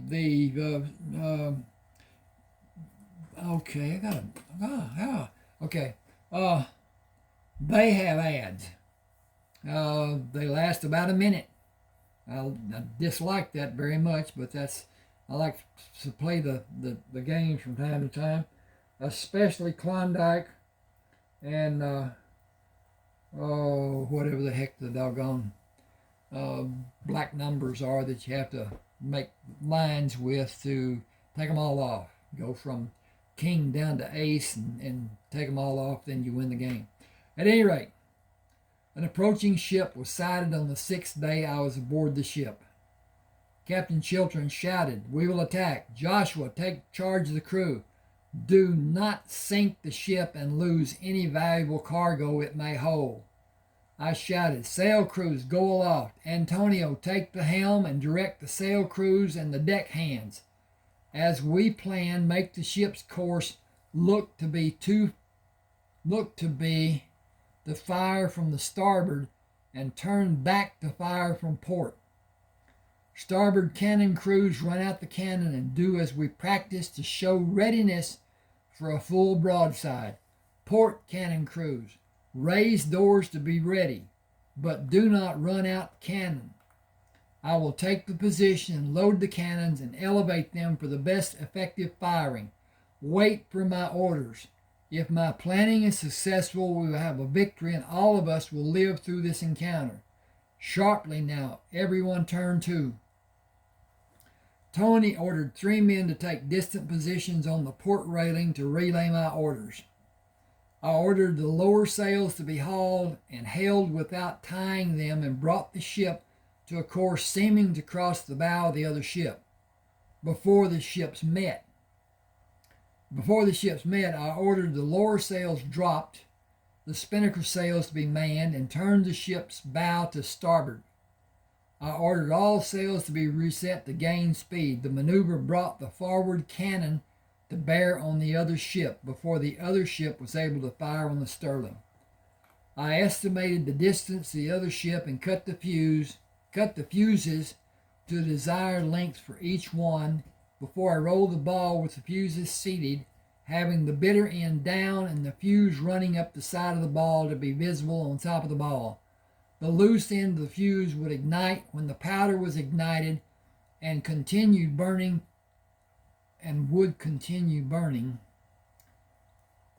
Hang on a second here. I can't get this doggone cursor to come to me. And would continue burning through the flight of the ball and explode above the deck of the other ship. The explosion would fragment the ball and send pieces of the ball shattering down on the deck and anyone on the deck who was not protected. The first ball exploded over the main deck forward of the first mast, while the second shot exploded over the center of the ship. The third shot I fired held less powder and went into the first gun port of the other ship. The explosion was meant to kill and disrupt the gun crews defending against the attack by the Sterling. Again, I fired a shot which detonated farther back of the center of the main deck and was followed by an explosion over the aft region of the deck. I shouted, "Grappling hooks, stand ready and be prepared to board." Captain Chiltern ordered several men to board the other ship to dispatch all survivors. The defense of the other ship was intense in its beginning, with 7 of the Sterling crew killed before the boarding party told Captain Chiltern the ship was secure. As I came on the deck, Captain Chiltern called me. "Pick 4 men to go with you and look for the items you want. The crew will bring the valuable and useful items before the ship is sunk." I asked, "Will you consider keeping the ship? It is not old and it's possible it could be sold for a tidy sum. After all, the identifying names have been removed and changed. A small crew would be needed to follow the Sterling as efficient maneuvering will be needed. It can be moved away from any encounter we may have and remain out of danger." Captain Chiltern coldly stared at me and stood for a long period of time before he turned to survey the condition of the newly acquired ship. "It is a Spanish ship and Spain has lost most of its fleet. It is not likely that we will meet a Spanish warship." He turned back to face me. "I will not be hindered by it. If it falls behind, it will be sunk. Take the men you need to man it and come back aboard the Sterling. The men who are on the ship now will come back with you. Only 12 men will operate the ship. It will be named the Torrent." He moved to the rail and ordered Pablo Suarez to remove the name and make placards to place where the old name had been. He ordered Pablo to stay on the Torrent as second in command to the man who would command the ship. I asked Antonio to pick 10 men and take charge of the Torrent before I went aboard and searched for the items I earlier discussed with Captain Chiltern. I found a large 2-edged dagger and placed it in the scabbard I strapped to my back under the loose blouse. The dagger remained concealed by a larger piece of thin leather which covered most of my back and hid its location. It was not uncomfortable and did not restrict my movements. The scabbard thus suspended in the harness gave me quick access to the dagger and the ability to defend against an attack.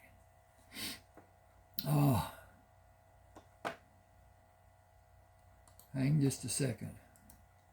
It was small S-M-A.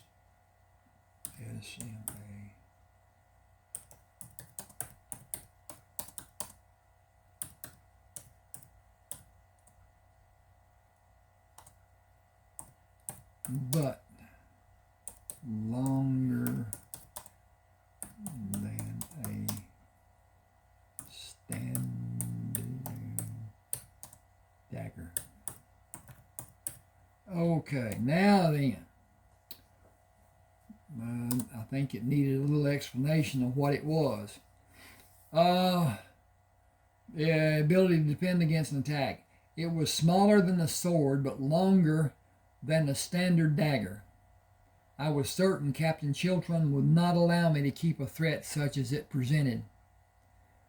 Abraham Silverton met me as he came onto the deck. "Captain Chiltern wants you back on the Sterling. He did not see you split off from the others. I think it is downright funny. He isn't a dither about you disappearing. Better walk slow and talk soft and slow." I hid my smile. "By your speech, I guess you'd be an American." "Right as rain. Can't wait to get back home. I was told the Sterling would go there just to get me to sign on. The whole kit and caboodle are nothing more than a pack of lying thieves. Lying thieves. I said we will talk later when the chance occurs.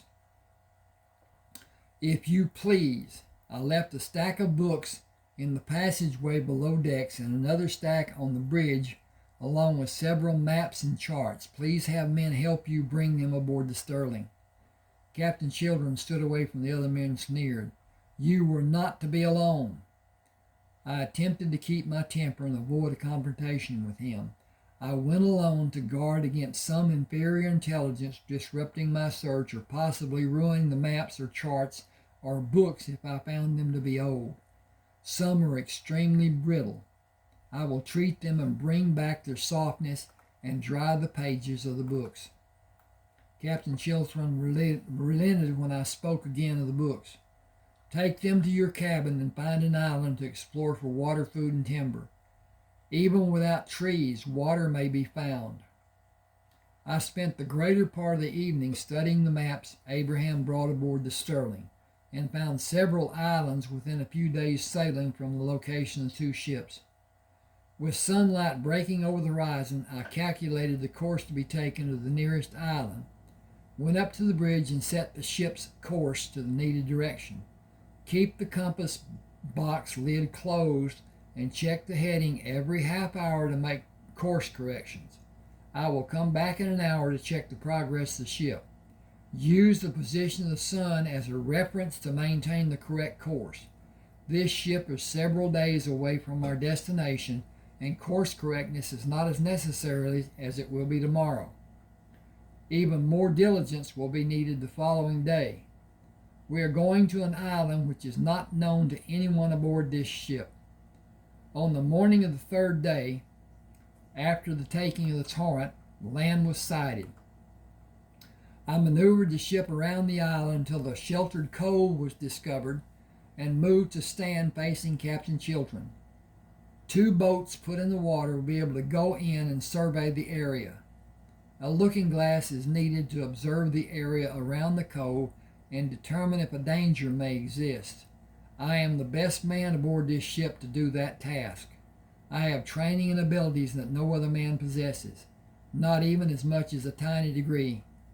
I will keep the crew members safe and be able to assess the conditions and determine how the ship's needs may be best served. I doubt that another man has seen an alligator or snake the size of which may be on the island. None will be able to detect quicksand as I am able. None will successfully explore the dense forest or be alert for dangers as I will.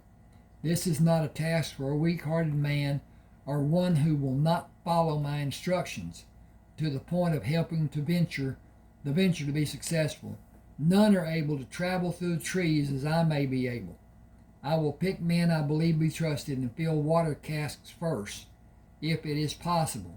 I believe the lagoon is fed from a stream which empties into it. The water is less opaque near the shore on the right side. I looked at it as we came around while I was aloft in the observation station.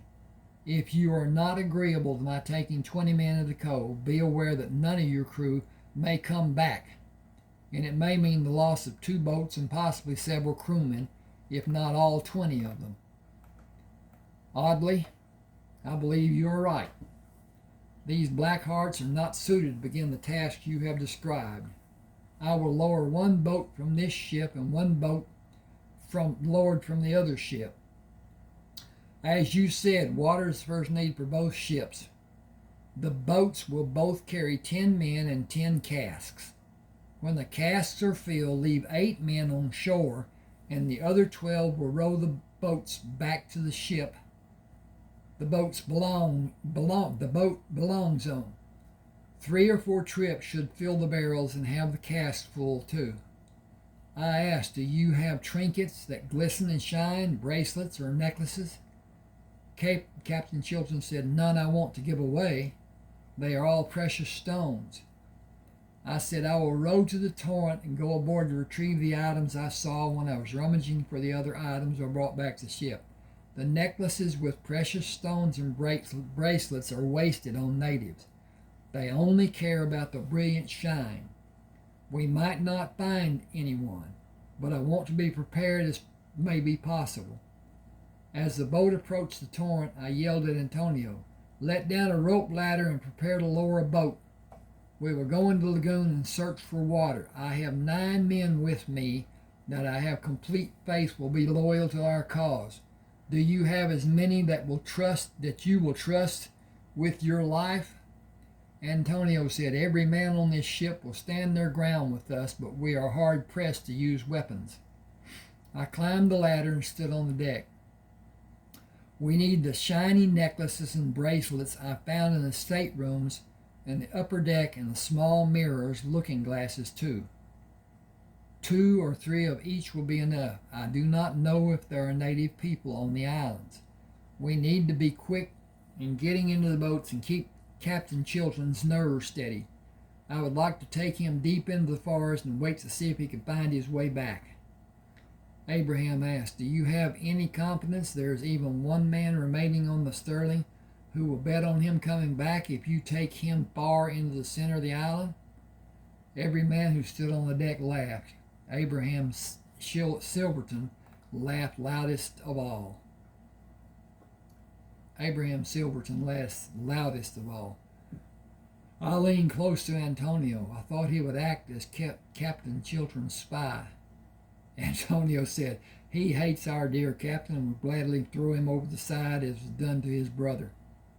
I said, "I believe the day will come when I will be released from that captivity." That's not easy to say when your throat's dry or whatever. "Now, let us advance on the island slowly and with observation and careful navigation. We have no way to know what may be waiting for us." Hang on just a second. I'm going to stand up here and look to see if my progress is what. And it's going good. This is a good story, y'all. I like it. But at any rate, okay. Antonio, Captain Chilton ordered you to command the second boat and bring water back to the torrent until the barrels are all full and the casks are also. Abraham, you are ordered to stay aboard. I am sorry you will not be allowed to go with us, perhaps tomorrow. Abraham said, "You can deal with the natives and wild animals, and I will gladly stay right where I am." I asked, "Will you find pots or clean jars that may be filled with extra water? If the Sterling runs low on water, barrels will be lifted on the Sterling and this crew will be rationed again." I was surprised when Captain Chilton did not order men to count the water barrels. "I hope you have hidden several." As I'm going to change that. "I hope you have several, Beral, hidden." And then take that and do one space and do delete. Okay, then put that back. And there it is. "I hope you have several hidden, as there are more here than on the Sterling." I will tell him some of the water barrels had leaks if it requires more time to fill them than the time the Sterling takes. We will fashion bows and arrows if we find the proper wood. There will not be arrowheads sufficient to hunt with, but we might take small animals. It will be tomorrow before we will have enough time to hunt and cook the game we may find. If we find signs of abundant animals, we will set snares to capture them. The problem I have is not knowing how long Captain Chilton will allow us to stay here. If we find natives on the islands, we will try to communicate with them. I will not stand idly by while the women are raped and disease is introduced to those people or they are murdered. I will try to warn them. If we are able to fill... Who's saying this? Because he just ended. If we're able to fill the water... Okay, I'm thinking this is Antonio. No. Think. Okay, I need to change this so it's not. Okay. Same, he's still speaking. If we're able to fill the water barrels and find trees small enough to fashion the needed mast and spars for the foresails, I believe Captain Children will be satisfied and leave to search for more plunder. I believe it is only a matter of time before the ship encounters a bigger pigeon than the Sterling crew can pluck. I believe it will be a ship of the line from Spain, and I believe it will be able to take the Sterling away from the battle. Not by running away, but by... I believe I will be able to take the Sterling away from the battle. Not by running away, but by drifting away when the distance is between the ships, set sails and run. I have a plan to have all of you on the Torrent, as it will be ready to become an attack ship. You must exhibit true togetherness and expertise in fighting for Captain Chiltern to allow it to happen. The Torrent will never be given the ammunition to enter a battle, which works to perfection because you will all be away from the fracas and you will all remain safe. Antonio asked, do you have the gift of sight? I am of the blood of Nile, from both my mother and my father.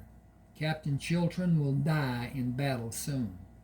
I will kill all the men who come against me and take the Sterling to meet the Torrent, far away from the battle which will rage on long after I move the ship away from the area. We will all go to America, but not soon. We will exercise patience and wait for the proper time to come. I will have 2 sons who will have gifts far beyond my own ability. My daughters will not possess the gifts in the manner my sons will. This group of men and others will go to America and disperse. Some will seek a better life west of my home in South Carolina. Some will continue having a life at sea and a life on land too. Some will stay with me. I do not have the gift in a manner being as strong as my mother had. I see scant scenes that come to the forefront of my mind and fade away. I have seen Captain Chiltern die many times, always the same scene in the same manner. Men will come to help me handle the ship after he dies, and I will be able to move the ship away from the battle. I know not from where they will come, but I believe from the depths of the Sterling. It is not clear for me, and I do not ever attempt to force it. Excuse me just a second. I need some stuffs. I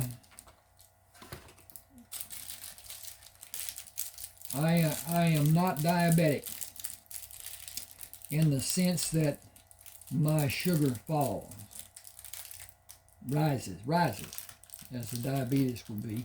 Oh, this is great. But at any rate, I'm having an episode. It is not life-threatening, and it will be controlled by my getting these little jobbers. Hang with me just a second, please. It's called hypoglycemia, not hyper as the sugar. My sugar falls.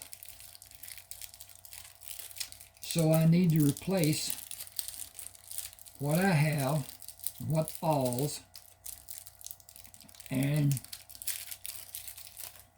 this usually happens after I eat. But at any rate, my head starts to swim, gets all out of kilter, and this will help. I don't know if I have enough, but it will help. So, should have more of these, I guess. At any rate, hope you all enjoy good health.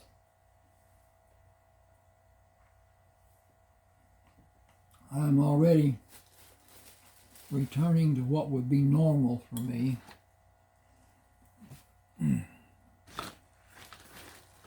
Okay. I'll attempt to continue reading. If I can find where I was. Here it is. It is not clear from me, and I do not ever attempt to force it. It is enough for me to see a part. I did not see my capture from the fishing boat, or have a forewarning of my companions being slaughtered. I stopped. We should go. Captain Chiltern grows restless. He is never patient. It will be his downfall in the end. Every man in the crew of the Sterling, save me, will be killed on the ship or die in the water. I guided the boat in the cove and stopped to watch the shoreline and trees for a moment. Everyone pick a spot to watch and tell the other men what you're watching so we cover the shore and the trees. If there are people watching us, they will not show themselves. I took out a mirror and flashed it across the shore and into the trees, sweeping the underbrush and shore over and over without seeing movement on the shore. I have a bad feeling. We were without a means to defend ourselves. We will move out of this cove and go north up the east side of the island. We are looking for a place that has a beach and no underbrush. The thick plants here are due to the water flowing down. Antonio, stay here and continue watching the shore. Everyone in your boat is safe at this distance. Even a strong archer cannot shoot this far with any degree of accuracy. I will go ashore and come around and send this boat back to come into the cove to wait and wait. I believe we have an observer hidden in the trees and plant growth. I do not believe anyone in our party is in any way threatened. Only a short distance from the cove, they found a rocky shoreline with a sandy beach and sparse trees. Okay. Oh, we, not they. Only a short distance from the cove, we found a rocky shoreline with a sandy beach and sparse trees. I moved out of the boat onto the rocks, stood in the sand for several minutes, and said, "Stay here. I will come back in a few minutes." Someone followed us and is watching from the cover of the trees. I moved out of the sand on the beach into the trees and stopped. "Do you speak English?" The man did not answer. "Hablas en español?" I detected a slight movement behind the trees. "We mean you no harm. Queremos hacer ninguno daño." That's Spanish. "We will assist you if you need our help." A man spoke from behind the trees. "You have no visible weapons." "I have a weapon that is not visible, but you already know I have it, and you know you are safe with me. You know we will help you remove yourself from this island. Some danger exists for you if you are seen by Captain Chiltern. If you are concealed in the bottom of the boat, the ruse will be employed that we are taking plants we will eat to the two ships. I am certain the excitement of fresh water and green plants to be cooked being taken to the ship will have everyone's attention, and you can go aboard the Torrent undetected by our captain. Are you a Moor?" He asked, "How do you know my skin color? I know you cannot see me." I continued, "If you are not a Moor, and I don't think you are a Berber, then you must be from the Bedouin people. I am called Sakim. I am called Joshua. If you go back to the cove, I will come with you after I send the boat back. I have a sword." I smiled. "You'd be very foolish to meet me if you did not have. I knew you were armed. Your sword cannot defeat me, and you have no reason to attempt to. I will come with you that you may know you are safe. We are brothers. I felt it when we were in the cove, and it was manifest even stronger when you came here to meet me." Sakim said, "I am unsure about the others. They will be curious because they have never seen a person of your lineage who has been in the sun on this island for these many months. They will have 1,000 questions to ask, but they will remain silent when you first meet them. When you're on the ship and there is time, you will be bombarded with their questions. I will be aboard the ship called the Sterling with Captain Chiltern, and you will be on the Torrent with Antonio de la Vasquez. I have never addressed him as Tony, even though I would like to. He has always been Tony in the convolutions of my mind. I will dispatch the boat we came in. Will you wait for me to walk back with you to the cove? Yes. We will load the boats with the plants you have been eating and send them to the ships first, before we load the water cask and more plants. You will be covered with plants in the boat going to the Torrent with your possessions. Abraham Silverstone will assist you when you are safely aboard. Some of the crewmen aboard the Sterling and the Torrent are prisoners. Let me get a drink here. I think I need this. The candy helped a little bit.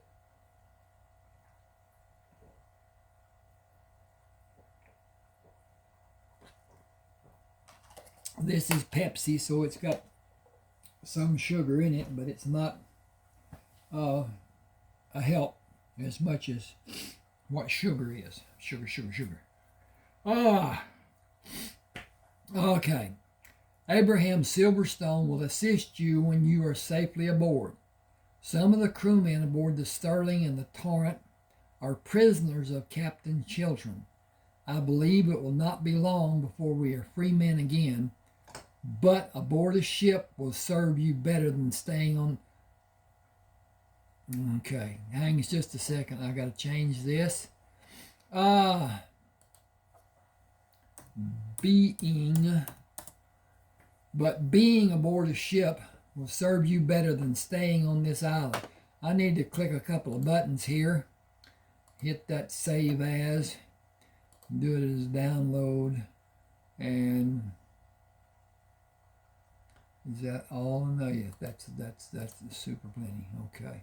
All right. Thank you. I instructed the men on the boat to return to the cove and walk back with Sakim. Ding, ding, ding, ding, ding. Missed a period. Uh-oh. I told him about my capture and life aboard the Sterling and about the undertaking of procuring water and timbers for mast and spars to assemble the spinnaker sails. I cautioned Sakim to remain hidden aboard the Torrent, especially from the men in the lookout station high above the deck of the Sterling. I moved through the underbrush to stand on the shoreline. Antonio, will you please swim to shore? You will find the water to be brackish when you enter it and almost fresh when you reach the shore. As Tony pulled his body out of the water, I said, I have always had the strongest desire to call you Tony. Is that acceptable? I believe Tony will be a more suitable name for you to use when we are in America. I will be honored that you regard me in such a manner that you feel compelled to give me a name of your own choosing. I believe I will be able to recognize it as me that people will call Tony. I smiled. There have not been many who I considered worthy of being close to me. We share a kinship. If you will walk into the trees, I feel you will meet an individual you will share the same kinship. Who you will share again. His name is Sakim, and he's truly unlike any man I have ever had the pleasure of meeting. Our lives will be blessed and enriched because we share so much. We are brothers in intelligence, in strength, in vision, in physical and mental abilities. Please come. Okay, I need to find this cursor. I bought this stinking thing. My gotta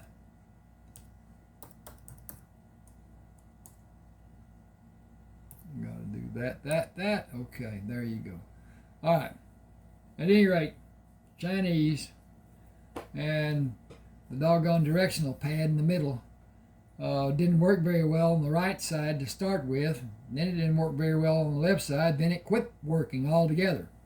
So I had to get a mouse, have it plugged in, which is inconvenient, and use the mouse to direct the cursor. The cursor stinks. At any rate, that's my problem. Please come. Tony moved by me and disappeared. Okay, that shouldn't be please come.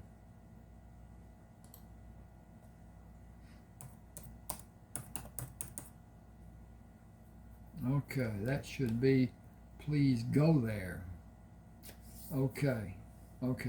Tony moved by me and disappeared in the brush. I followed him to Sikkim. Tony asked, how did you get here? Are there others?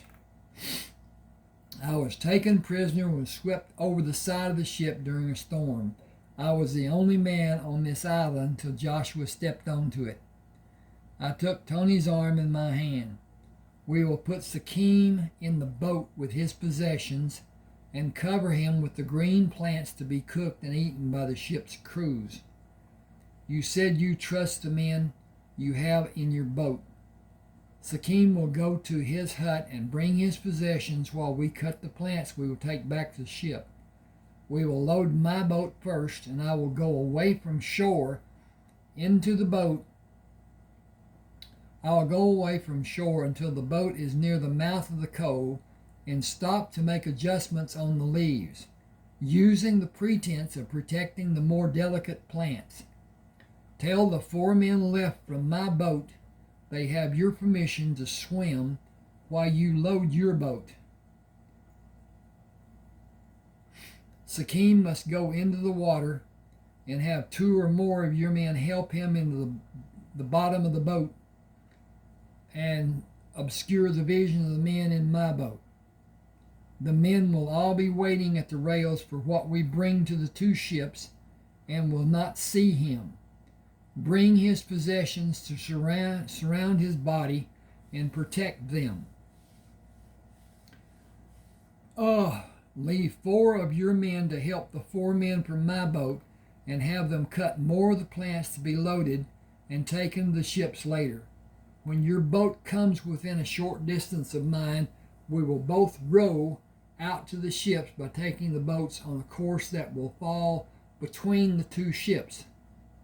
When we are within 50 yards of the 2 ships, we will break off and go to our respective ships. The crew of the Sterling will be so overjoyed at the prospects of having fresh food, they will not be able to contain themselves. Their attention will be on my boat, and you will slip quietly onto the turret, on its starboard side and away from prying eyes that may be on the Sterling. No one on the Sterling will notice Sikkim when he goes aboard, as they will all concentrate on the fresh food. Okay.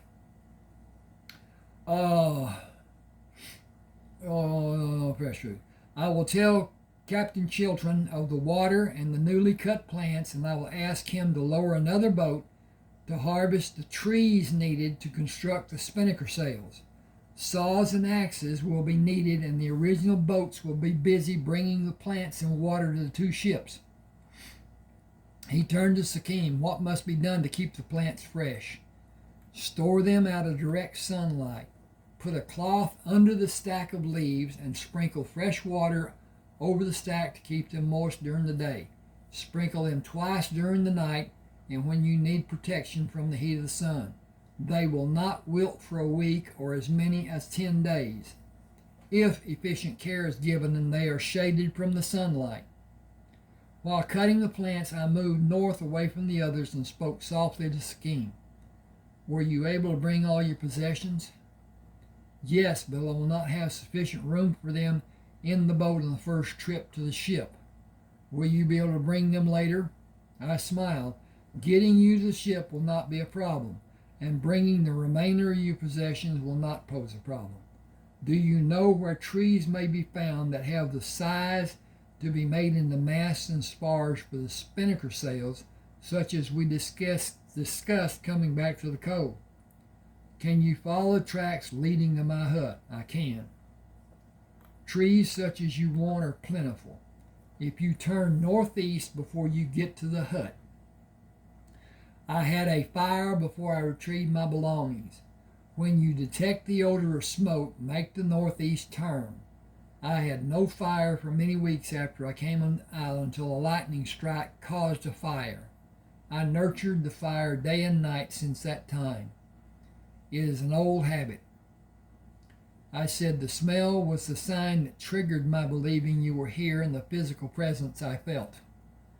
I stopped the boat near the mouth of the cove and slowly moved a larger leaf to cover smaller ones, then had a man who was able to follow my lead do the same through the 6 sections of the boat. His actions allowed time for Sakine to be placed in the boat. The boat was loaded and rowed out to my location. I smiled when Tony reacted and returned the nod of my head and signed with a single thumb up. Captain Chiltern stiffened and shouted at me when he was able to see the green plants stacked high in the boat. You found no water? I waited until the boat closed on the Sterling. There is water in plentiful amounts and trees of all sizes. I will speak about it when I come aboard. Captain Chiltern was livid. Why did you not bring water? I commanded you to bring water. I hesitated a few seconds to stifle the desire to lash out at Captain Chiltern and watch the sternness slowly leave the captain's face. I considered the morale of his crew, the excitement of the men when they saw the food in the boats warranted that judgment. We will make several trips to bring back food once the ships have been moved closer to the coal. Another boat and crew are needed to cut the trees for the spinnaker sails. Tools to cut the trees are also needed. Rigging is required to place the timbers once they have the bark removed and they have been treated. I have 8 extra men on the island cutting plants to bring aboard. The supply they will have ready will be enough to fill the 2 boats in the time required to move the ships and anchor them. Water, plants, and timbers will be aboard before nightfall, and the ships will be able to get underway.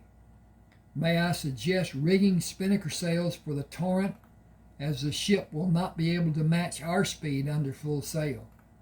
Yes, with only the crewmen that are on the ship now doing the labor.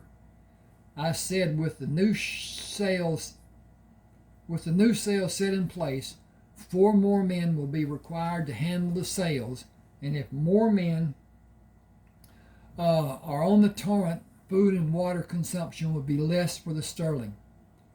Captain Chiltern looked questioning at me and did not answer for the longest time before he said, I see the reasons you might want more men on the Torrent and less men on the Sterling. Beware of your actions. If there is any indication of maneuver to take over the Sterling, I will have you thrown over the side and sink the Torrent. Only the slightest indication will cause those 2 things to happen, accident or otherwise, intended or not. I will take great pleasure from watching it being done. I remained stoic in my expression when Captain Chiltern said, move 12 men to the Torrent after the ships have been loaded. I hurried to the boat to meet Tony in the shallow water of the cove.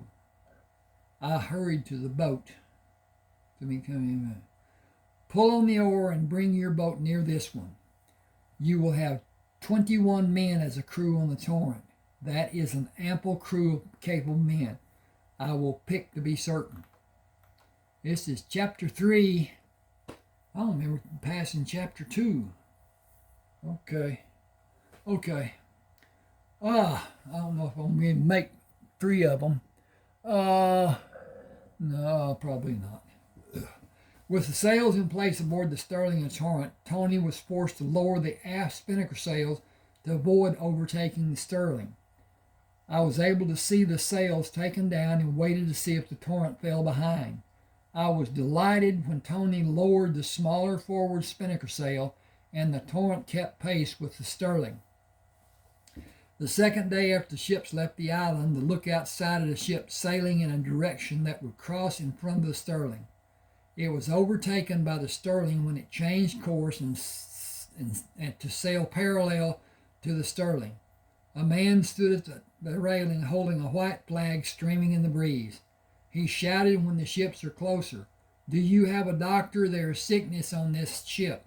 Most of the men have died and the water is gone. There are only 7 of us still alive." I shouted from the bow of the Sterling, "Have the dead bodies been thrown from the ship?" The man answered, "Yes." "Have the remaining men been sick?" The man shouted, "Yes. We are better now, but we have not had water for almost 3 days."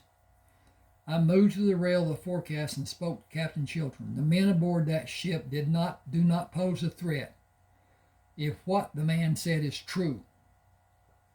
If it is true, I will have the cannon ready. If it is not true, I'll have the cannon ready to fire on the ship and sink it. It is not flying a flag I recognize. If it is a privateer ship, it may have a valuable cargo or even treasure. The men left on the ship are not ill and show no signs of being contagious and able to pass a disease to other men. I would send 1 man to be assured of the number of men aboard the ship. I believe they suffered from lack of drinking water and ate food that made them ill. Without medical care and abundant water, they would have surely died." What is the meaning of the word contagious? It is having the ability to make another person ill by transferring germs. I leaned over the rail and lowered my voice. "Send the man you wish was not in the ship's complement and leave him on the ship until it is established that there's no disease to be contracted. It will be a waste. It will not be a waste, will it?" I saw the captain's expression. Why has that got a problem? I don't know. Oh, it thinks it needs to be different. I'm gonna change this just so it be satisfying for somebody. Okay. CH.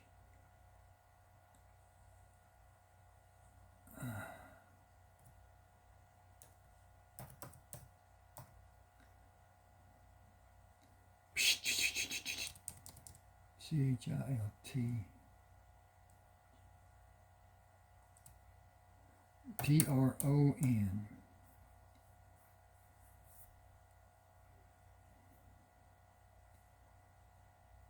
I saw Captain Chiltern change his expression from the sternness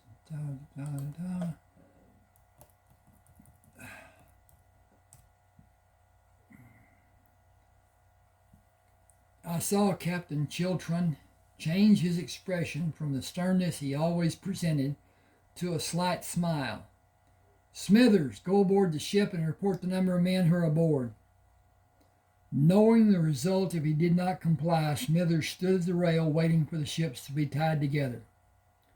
He shouted each time he investigated the deck until going below decks. Several minutes passed before he came onto the main deck. "Nobody is on this ship but these men up here on this deck." Captain Chiltern shouted, "Check the cargo and report back to me." I said it might be better if I examine the holds. He may not know what he has discovered. "You may be risking your life. First, I will not be near the men on the ship to contract a disease. Second, valuable gems and ores may be located which may not yet be milled and refined. He is one of the dimmer-witted of the crew. He is one of the dimmer-witted of this crew." Captain Chiltern said, "He is that, but he is a brute in his strength. I would say he is almost as strong as you. Sadly, he will not last long in close-quarter fight. Go aboard with care." As I suspected, I found boxes of raw ore with loose pieces of ore stacked on tops of the boxes and loose pieces which had been dislodged lying on the deck in the main hold.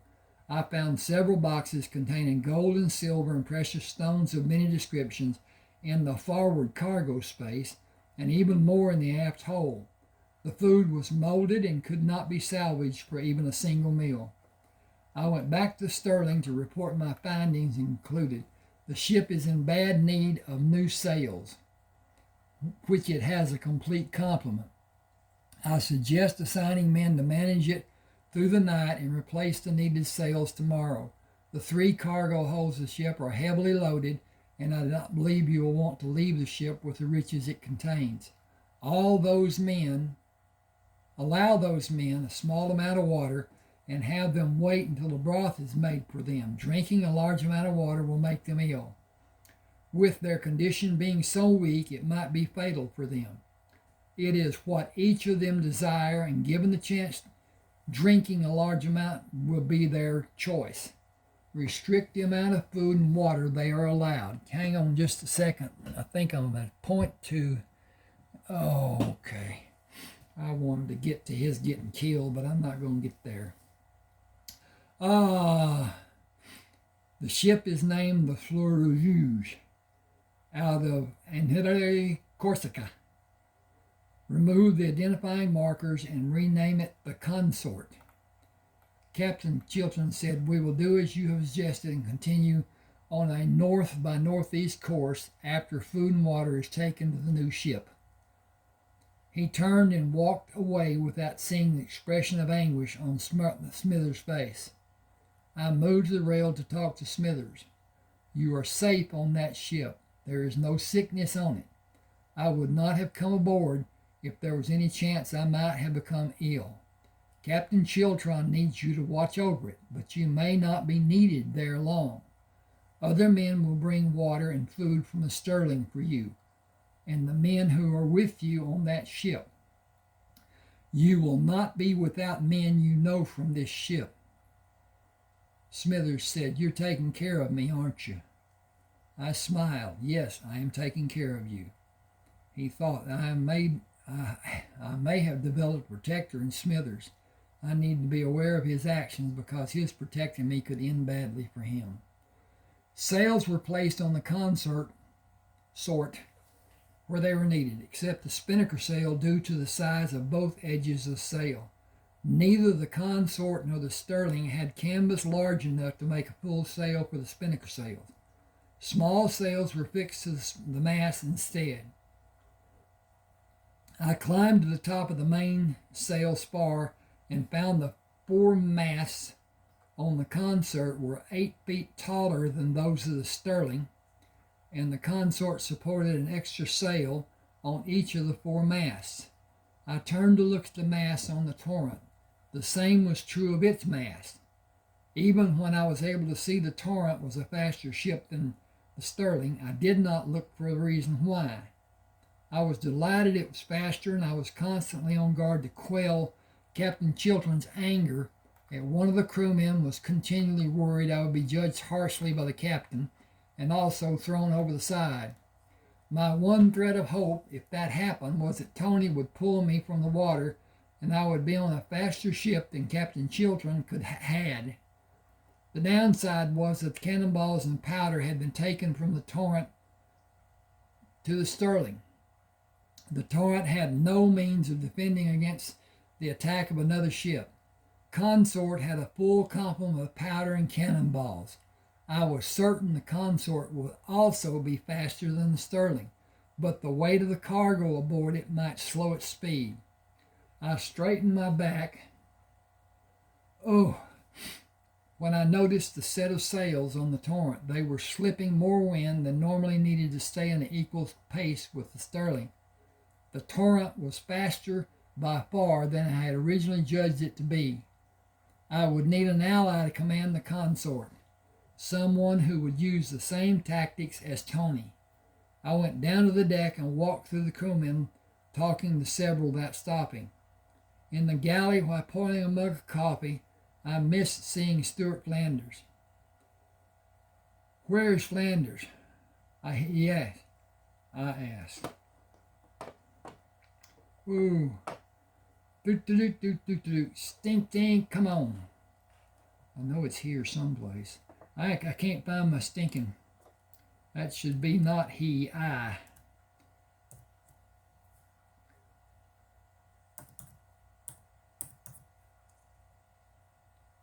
Oh, golly dog.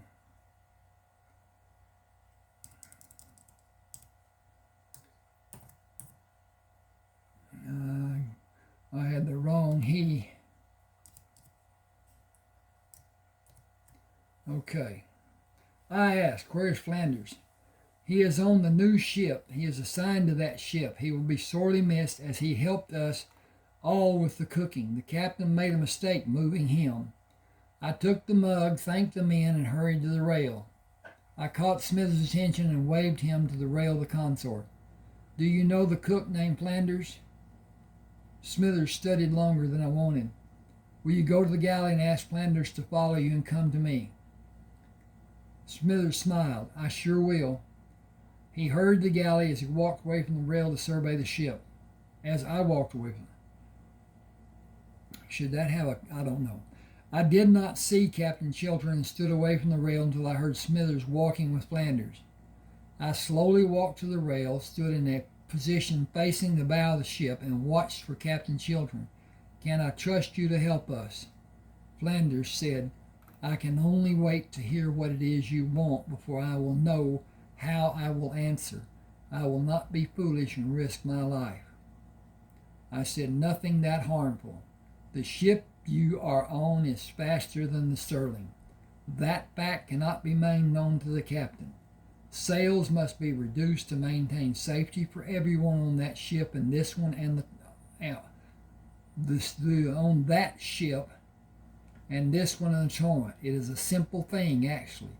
Keep the ship on a constant course and match the speed of the Sterling. If anyone on that ship wants to go on living, the captain must never know it is faster than his ship. I cannot stand here any longer. You have been advised and warned. Think about what the captain might do if the consort makes even a small gain on the Sterling. Reduce sail efficiencies and slip more wind than normal. Tell someone in the sail crews if you are able. Warn him as I warned you. Look to the torrent for an example of what needs to be done, and keep the captain from blowing your ship out of the water. Do nothing if you feel he will never do such a cruel and stupid act. I would not bet my life on it not being done. Flanders said, count on me. I have 2 friends in the sail crew. We will see to it. I said, hurry about it. We will get underway when the sails are in place. This ship will be in a terrible battle soon. Have whoever commands the consort follow the torrent away from the battle if you want to live. I hope and pray that wisdom prevails and that ship follows the torrent. Take it if you must. When you see the fires from the battle, take the ship and run with the torrent. The crews of both the torrent and the consort are not large enough to withstand a battle with a ship of the line, no matter which country it belongs to. I turned and brought my head down to Smithers and smiled when he brought his head back up. Thank you, Smithers. I turned and slowly walked away, sipping the coffee as I walked, and heard Smithers say, he's my friend and he takes care of me. Flanders said, I think he's taking care of all of us. For that I am thankful and certainly in his debt. We are all in his debt. Smithers asked, what does that mean? Flanders smiled. Indebted to him, owing him something for a favor he gave, in his debt.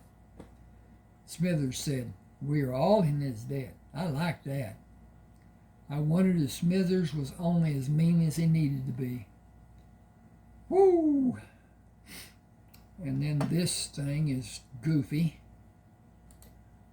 I don't think I can do much about it. I'm going to have to fix this later. Okay, I'm going to quit here pretty quick anyway.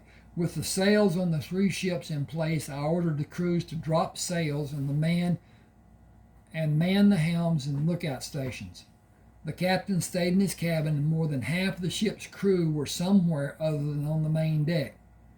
When I had the course and minutes plotted, I instructed the helmsman and inspected the top side of the ship before I went to my cabin. Okay. Tink, tink, tink, tink, tink. I got a few minutes. The crews of the Sterling, Torrent, Consort, and I awakened the cannon fire. I dressed and moved onto the deck and observed the men of the Sterling wilting away under the onslaught of the Spanish attackers. What remained of the deck on the port side was covered in blood. More men from the Sterling came out topside and attempted to push the attackers back. A man slipped as he advanced on my position. I slammed the dagger into the man's body and jerked up on it. Blood poured out onto what was a dry deck. I moved away to stand on the dry deck. A slip in the blood on the deck could cost me my life. I picked up a heavy broadsword in time to parry a blow and hack a man across his chest. Again I moved away from the blood. A man slipped on the bloody deck trying to make his way to engage me. I shook my fingers from side to side and said, "Not your enemy," in Spanish. Still the man slid his leather boots across the blood-soaked deck and raised his sword to a high guard, preparing to bring it crashing down on me. I flicked the point of the dagger at the man to draw his attention to the dagger and swung the broadsword in a vicious cut to the man's left side. Men from both sides were hampered by bodies sprawled across the port side of the main deck. The crews of the two ships fought until only 7 Spanish soldiers and I were left standing on the deck. The 7 men looked at me from the port side of the Sterling.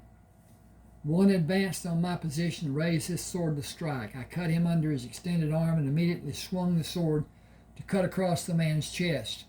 When his arm came down, I sidestepped to avoid the falling sword, swung the broadsword again, and cut down on his shoulder and neck, severing his spine. 2 more of the Spanish men fell from my broadsword before the last 3 men panicked and dropped their weapons. They jumped up on the railing and leaped into the water to swim back to their sinking ship. The fighting ended and the others were busy trying to help their comrades and save their stricken ships. Smoke from burning ships and smoke from cannon fire drifted toward the Sterling.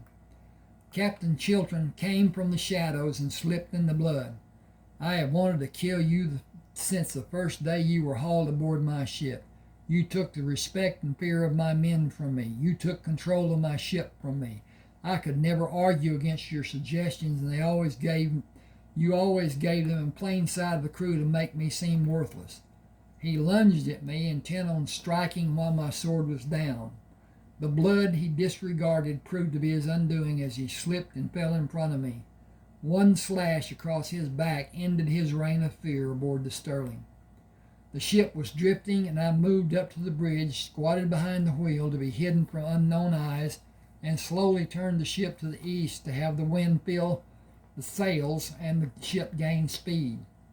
The Sterling slipped away from the area on a heading to attempt a meeting with the consort and the Torrent. I felt rather than heard the remaining members of the crew come onto the blood-soaked deck. I held the wheel with my left hand and the broadsword with my right, prepared to meet a man who attempted to climb the rail of the bridge with a dagger in his hand. I left the wheel and met the man as he had come above the deck. I brought the edge of the sword down on his head, pulled the sword away, and moved to correct the position of the rudder. Bodies of the dead were thrown overboard and the deck was scrubbed clean. Everyone asked each other if ships would chase them. The remaining ship's crew numbered less than 20 men who were not able to use weapons and effect the victory.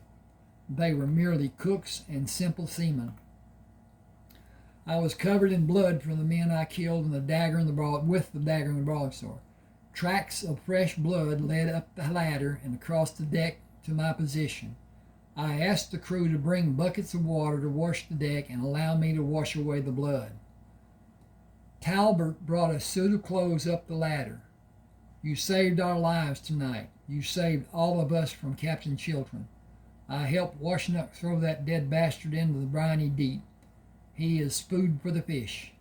I will go to the end of this world with you if you will have me. Every man on this ship will.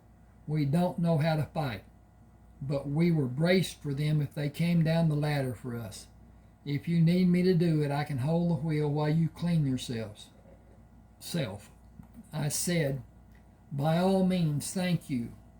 When we have gained a good distance from the other ships, I want to speak with the members of the crew. We are going to meet the 2 ships we were with earlier and go into the Mediterranean. I hope to meet fewer pirate ships in these waters. We have been lucky to meet ships harboring men with inferior skills trying to be pirates and not actually experienced pirates. Okay, that is the ending of that portion. And now they will go into the Mediterranean and do business with barons. And they're not called barons in Spain. But anyway, patrons of the crown. Now, the problem is that Bonaparte's brother was put on the throne to be king. He didn't want to be. And at his first chance, he tried to leave. And his brother came and put him back on the throne. But at any rate, he's still relying on they're called dons, and not barons. And the dons are the richest people in Spain. But at any rate, okay, please subscribe to my channel. If you want to read any of my books, there's my email address at the bottom of the cover page. And send me what your choice is and what you want, and blah, blah, blah. And we'll make arrangements. Please subscribe, hit the like button, do a comment, share if you will. Really enjoyed this. Hope everybody does. I am going to do another reading on this, taking off from here with Talbot was swabbing the excess water on the bridge when I came up the ladder. And I don't even know what page it is, but we'll see. At this point, it is page, I think, 30. Okay, so I read 29 pages, and it took 2.5 hours. Well, I did some stuff too, and whatever. But at any rate, thanks for being with me. Hope this was enjoyed. Hope you were well. I got to go get some sugar, give me more balance. Anyway, thanks for being with me. Good night, good day, good night, good up, whatever.